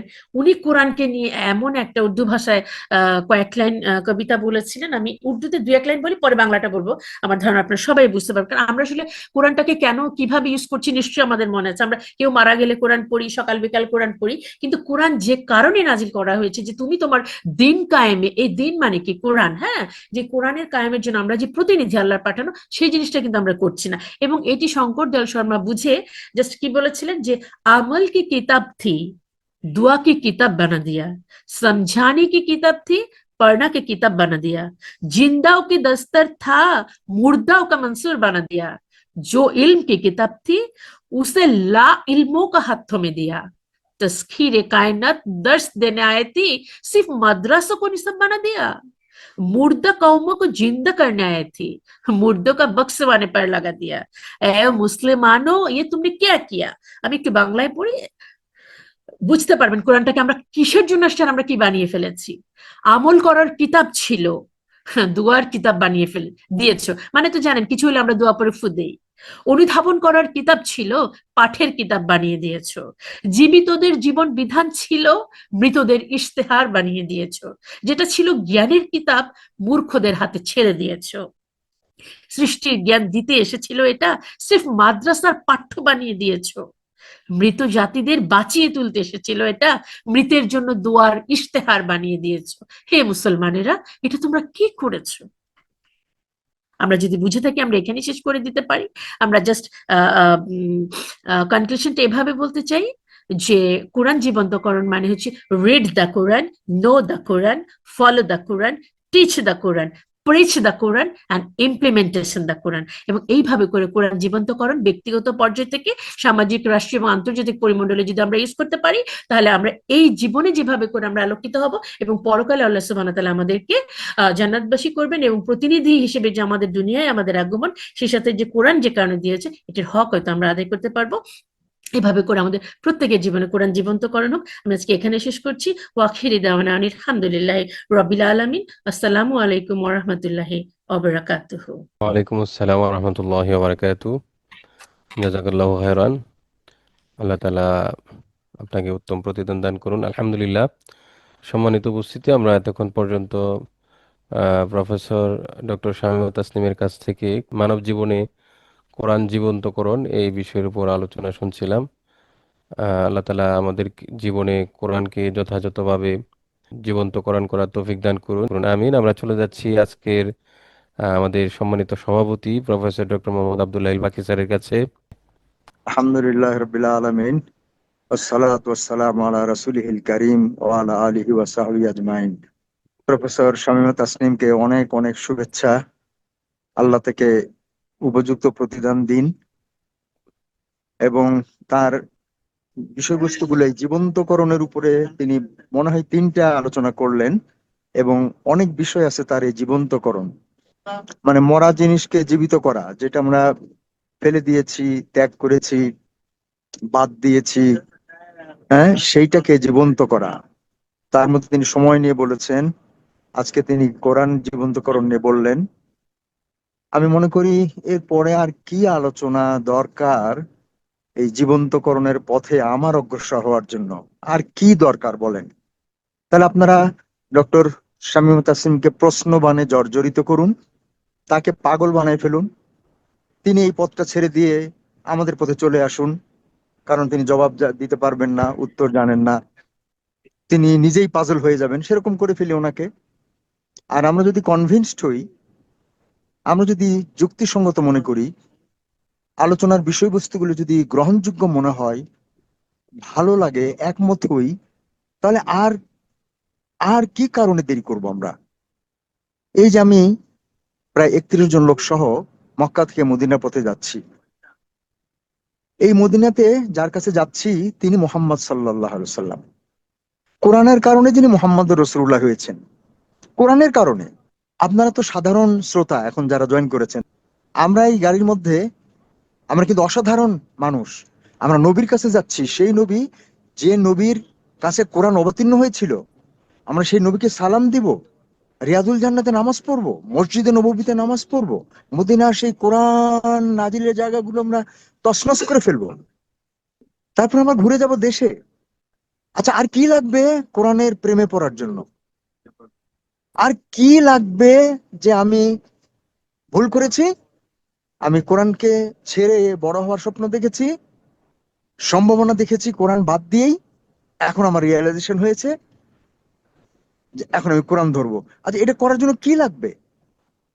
তাহলে সেটা করি অন্তত, যে না আমার আরো কনফিউশন আছে, আরো প্রশ্ন আছে, এত বাড়াবাড়ি করে বলা উচিত কিনা। তাহলে প্রশ্ন করেন, আসেন, অ্যারেঞ্জমেন্ট করেন প্রোগ্রামের, কোরআনকে চ্যালেঞ্জ করেন, প্রশ্ন করেন কোরআনকে। কত প্রশ্ন আছে। আমি তো মাঝে মধ্যে বলি, এটা আমার বারে বারে হয় কিনা জানি না, আমিও কিন্তু ওই ডক্টর শামীমা তাসনিমের মতোই সাধারণ শিক্ষিত, তেমন কোনো কোরআনের ল্যাঙ্গুয়েজের উপরে কোনো জ্ঞান নাই, সাধারণ, অতীব সাধারণ। তাহলে আমাকে প্রশ্ন করেন, আমি তো মাঝে মধ্যে বলি আমাকে প্রশ্ন করেন। প্রশ্ন করেন না কেন? তাহলে আমারটা শোনেন, আমার প্রশ্নের উত্তর দেন। কেন আমার প্রশ্নের উত্তর দিতে আসেন না, কেন ফেস করেন না? কিন্তু যারা কোরআন পরিত্যাগ করে বসে আছে, তাদের কাছে গিয়ে আপনি ঠিকই লেকচার দেন, আর তারা আবার নামাজও পড়ে, রোজাও করে, হজও করে, ওমরাও করে, কাবা টাচ করার জন্য পাগল হয়ে থাকে, কিন্তু কোরআন টাচ করার সময় পাবে না। এবারের ওমরাতে আল্লাহ রসিম রহমতে আমার অন্তত 10-12টা নতুন লেসন, একেবারে এর আগে কখনো এই লেসন পাইনি আমি। শেয়ার করবো ইনশাল্লাহ দেশে এসে, 31 তারিখে ফেরার কথা। দোয়া করবেন আমরা যেন মদিনা মুনাওয়ারায়, যে কোরআনের আলোকে একটি মানুষ একটা নতুন সভ্যতা গড়ে তুলেছিলেন, ইতিহাস সৃষ্টি করেছিলেন, অন্ধকারে ডুবে থাকা মানব জাতিকে আলোকিত করেছিলেন, সেই মদিনা মনোয়ারাতে যাচ্ছি। আমরা যেন অন্তত একটা মোমবাতির মতো হয়ে ফিরে আসি। প্রতিদিন লক্ষ লক্ষ মানুষ এই মদিনা মনোয়ারা থেকে বিদায় নেয়। যদি একটা করে মোমবাতি নিয়ে যেতে পারতাম, তাহলে তোমাদের পরিবারটা আলোকিত হতো। আপনাদের কাছে আমার আকুল আবেদন, রমাদান ইজ অ্যাপ্রোচিং, ডিসেম্বর প্রায় শেষ, আমাদের আজকের প্রোগ্রামটাই এবছরের শেষ প্রোগ্রাম। আগামী বছর যদি আল্লাহ আমাদের এই পর্যন্ত হায়াত দিয়ে থাকেন, তাহলে কি আমরা যে জায়গায় আছি কোরআন ওই জায়গাতেই থাকা উচিত? তাহলে শামীমা তাসনিম একসময় ভাববে লাভ কি, আমি ভাববো এইভাবে এত কিছুর মধ্যে জয়েন করার দরকার কি, এগুলো অ্যারেঞ্জমেন্ট করারই বা দরকার কি? 100 জন লোক জয়েন করলো, পরের দিন তো কেউ ফোন করে বললো না যে আমি আরবি কোরআন পড়তে পারি না, পড়ার ব্যবস্থা করে দেন। 3 জন লোক বললো না যে আমার রিসাইটেশন ভালো হয় না, আমি ফ্লুয়েন্ট নাইস রিসাইটেশন করতে চাই। কেউ বললো না যে আমরা ভালো মতো অর্থ শিখতে চাই। আমরা 3 বছর 4 বছর যাবত অর্থ পড়তেছি, কিন্তু আমরা কাউকে অর্থ শেখানোর জন্য উদ্বুদ্ধ করতে পারতেছি না। কত বছর লাগবে আপনার অর্থ আরেকজনকে অর্থ বোঝার ব্যাপারে দুটা কথা বলার? কত বছর লাগবে? 4 year অনার্স, 1 year মাস্টার্স, দেন পিএইচডি 3 years। আর কত বছর লাগবে, কত কোর্স করতে হবে, কোন মাদ্রাসা এবং কোন ইসলামিক ইউনিভার্সিটি থেকে পাশ করতে পারলে আপনি দুটা লোককে কোরআন দিকে আকৃষ্ট করতে পারবেন? কেন পারছি না? কারণ আমরা কোরআনের আলোটা নিচ্ছি না। এবং এই আলো পাওয়ার জন্য আমার দৃষ্টিতে আজকে ফজরের নামাজে মসজিদুল হারামের ইমাম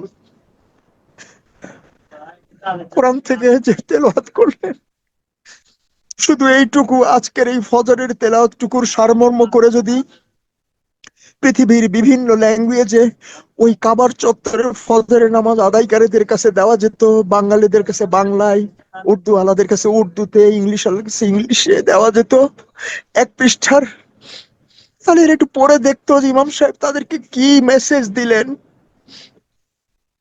সব ব্যবস্থা সেখানে, খাওয়া দাওয়ার কত উন্নতি হয়েছে, কিন্তু কমপ্লেনও কত বাড়ছে। থাকার কি সুব্যবস্থা হয়েছে আজ থেকে। হ্যাঁ, আমি তো 1984 সালে হজ করলাম। কয় বছর? তার 100-150 বছর আগে, 1500 বছর আগে এখানে থাকার ব্যবস্থা কি ছিল, খাওয়ার ব্যবস্থা কি ছিল, পানীয় কি ছিল? ইসরায়েলের ড্রিঙ্কস খাচ্ছে হাজিরা, আর কাবা থেকে দোয়া করতেছে ইসরায়েলের পতন করুন আল্লাহ, ইসরায়েলের পতন করুন। এটা তো 1500 বছর এই ড্রিঙ্কস ছিল না, তাই না? তাহলে হাজিরা, ওমরা পালনকারীরা যদি এই কোরআনের আলোতে আলোকিত না হয়, কোরআন ধরার প্রয়োজন বোধ না করে, তারা কাবা ধরতে চাচ্ছে। দিনের মধ্যে 10 বার দিলেও ধরবে, হযরত আসওয়াদ তো 50 বার ধরতে বললে ধরবে, কিন্তু কোরআন ধরবে না। হযরত আসওয়াদ তো আবু জেহেল ধরেছিল, আবু লাহাব ধরেছিল, এটা তো তাদের জীবন বদলাবে না। হযরত আসওয়াদ তো হেদায়েতের উৎস না, কাবা নিজেও হেদায়েত, কিন্তু অ্যাজ গাইডেন্স, এটা আপনাকে স্মরণ করে দিচ্ছে, মনে করে দিচ্ছে, এটা একটা এভিডেন্স দিচ্ছে। কিন্তু এটা তো আপনাকে কি কাবা আপনাকে বলবে এটা খাও ওটা খাও? ওখানে যে আমি আছি, কিন্তু মালিক আছে, তোমরা আমার মালিককে ধরো, তোমরা আমার কাছে আসছো পাগল হয়ে, আমার মালিককে ধরো। সেজন্য বলছে ফালি আবুদু রাব্বা হাযাল বাইত, তোমরা আমার ইবাদত করো না, আমাকে চুমু খেও না, আমাকে ধরে কাঁদিও না, মালিকের কাছে চাও। কিন্তু আমরা গাধা, অন্ধকারের কীট, আমরা ওই কাবাকেই আমাদের উৎস মনে করতেছি, যে কাবা আমাদেরকে রক্ষা করবে। বহু লোক, লক্ষ লক্ষ লোক কাবার কাছে চায়, এটা কান থেকে শোনা যায় যে তারা কাবাকে বলতেছে হে আল্লাহর ঘর, হে আল্লাহর ঘর, এটা দাও, ওটা দাও, ওটা দাও, এটা দাও। আপনাদের কাছে অনুরোধ হলো, সামনে রমজান, তাহলে এখনো যারা কোরআন পড়তে পারেন না, আজকের যারা অংশগ্রহণকারী, যারা কোরআন পড়তে পারি না আরবি, তার ইমিডিয়েট ব্যবস্থা নেন। আপনাদের কাছে একান্ত হাত পা ধরে রিকোয়েস্ট করব, রমাদান ইজ কামিং, রমাদানের 1 মাস আর এর আগের 1.5 মাস, 2.5 মাসে আমরা যেন কোরআনের স্বাদের জায়গাটায় পৌঁছে যাই। স্বাদ কোনোদিন শেষ হবে না, স্বাদের জায়গায় যেন পৌঁছে যাই, যেন লিঙ্কটা হয়ে যায়, যেন স্বাদটা আমাকে ধরে রাখে একেবারে শেষ স্বাদ পর্যন্ত। আর ডক্টর শামীমা তাসনিম পরিষ্কার বলেছেন, কোরআনের শেষ স্বাদ হলো ও আমাদেরকে জান্নাতে ওর মালিকের কাছে পৌঁছাই দিয়েই ছাড়বে। This is it's commitment. যদি কেউ কোরআন শক্তভাবে ধরে থাকে, তাহলে কোরআন তাকে মালিকের কাছে পৌঁছাই দিবেই। No other alternate, no other alternate, কেউ আর এই দাবি করতে পারবে না কোরআন ছাড়া। তাহলে আসুন আমরা এই 100-150 জন মানুষ আজকের এই লেকচার থেকে, আমি খুবই উজ্জীবিত, আনন্দিত। প্রফেসর শামীমা তাসনিম যেভাবে বিষয়গুলো দিচ্ছেন, অদ্ভুত, অকল্পনীয়। আমাদেরও পারা উচিত, বিশেষ করে আমরা যারা প্রফেসর, আমরা যারা পিএইচডি হোল্ডার, আমরা যারা বিশাল বিশাল অভিজ্ঞ, জ্ঞানের একেবারে সাগর। হ্যাঁ, প্রফেসর শামীমা তাসনিমের বয়স কত? কি আহামরি তার কতগুলো, 3টা নোবেল লরেটও না, কিছুই না। আচ্ছা, আমাদের নোবেল লরেটরাকে কোরআন নিয়ে কাজ করে কেন করে না? আপনাদের কাছে অনুরোধ হলো, এই ছোট্ট আয়োজনের সূত্র ধরে আপনারা সিদ্ধান্ত নেন। মূল জায়গা হলো সিদ্ধান্ত। সিদ্ধান্ত যদি নেন যে আমি ধরতে চাই, পারতে চাই, তাহলে মালিকের সঙ্গে এখন বসেন, তাকে বলেন যে আমি পারতে চাই, এক্ষুনি নিয়ত করে ফেলেন, সিদ্ধান্ত নিয়ে ফেলেন যে আমি সিদ্ধান্ত নিলাম। এবং আজকে রাত্রে দরকার হলে আধা ঘন্টা একটু তাহাজ্জুদ পড়েন, দরকার হলে এখন তো আপনাদের ওখানে প্রায় 10:30 বাজে, হ্যাঁ, এখনই না হয় উঁচু করে 2 রাকাত নামাজ পড়েন, পরে আল্লাহর কাছে বলেন যে আমি সিদ্ধান্ত নিছি, আপনার উপরে সারেন্ডার করলাম, এখন আপনি হেল্প করেন, দেখেন কালকে থেকে তিনি কি করে। এবং সেকেন্ড পদক্ষেপই হলো, তাহলে কোরআন শিক্ষা কেন্দ্রের সঙ্গে যোগাযোগ করেন। তাহলে এইবারটা বলে আমি শেষ করছি। সুবহানাকা আল্লাহুম্মা বিহামদিকা আশহাদু আল্লা ইলাহা ইল্লা আনতা আস্তাগফিরুকা ওয়া আতুবু ইলাইক। সুবহানা রাব্বিকা রাব্বিল ইজ্জাতি আম্মা ইয়াসিফুন ওয়া সালামুন আলাল মুরসালিন ওয়ালহামদুলিল্লাহি রাব্বিল আলামিন। আসসালামু আলাইকুম ওয়া রাহমাতুল্লাহি ওয়া বারাকাতুহু।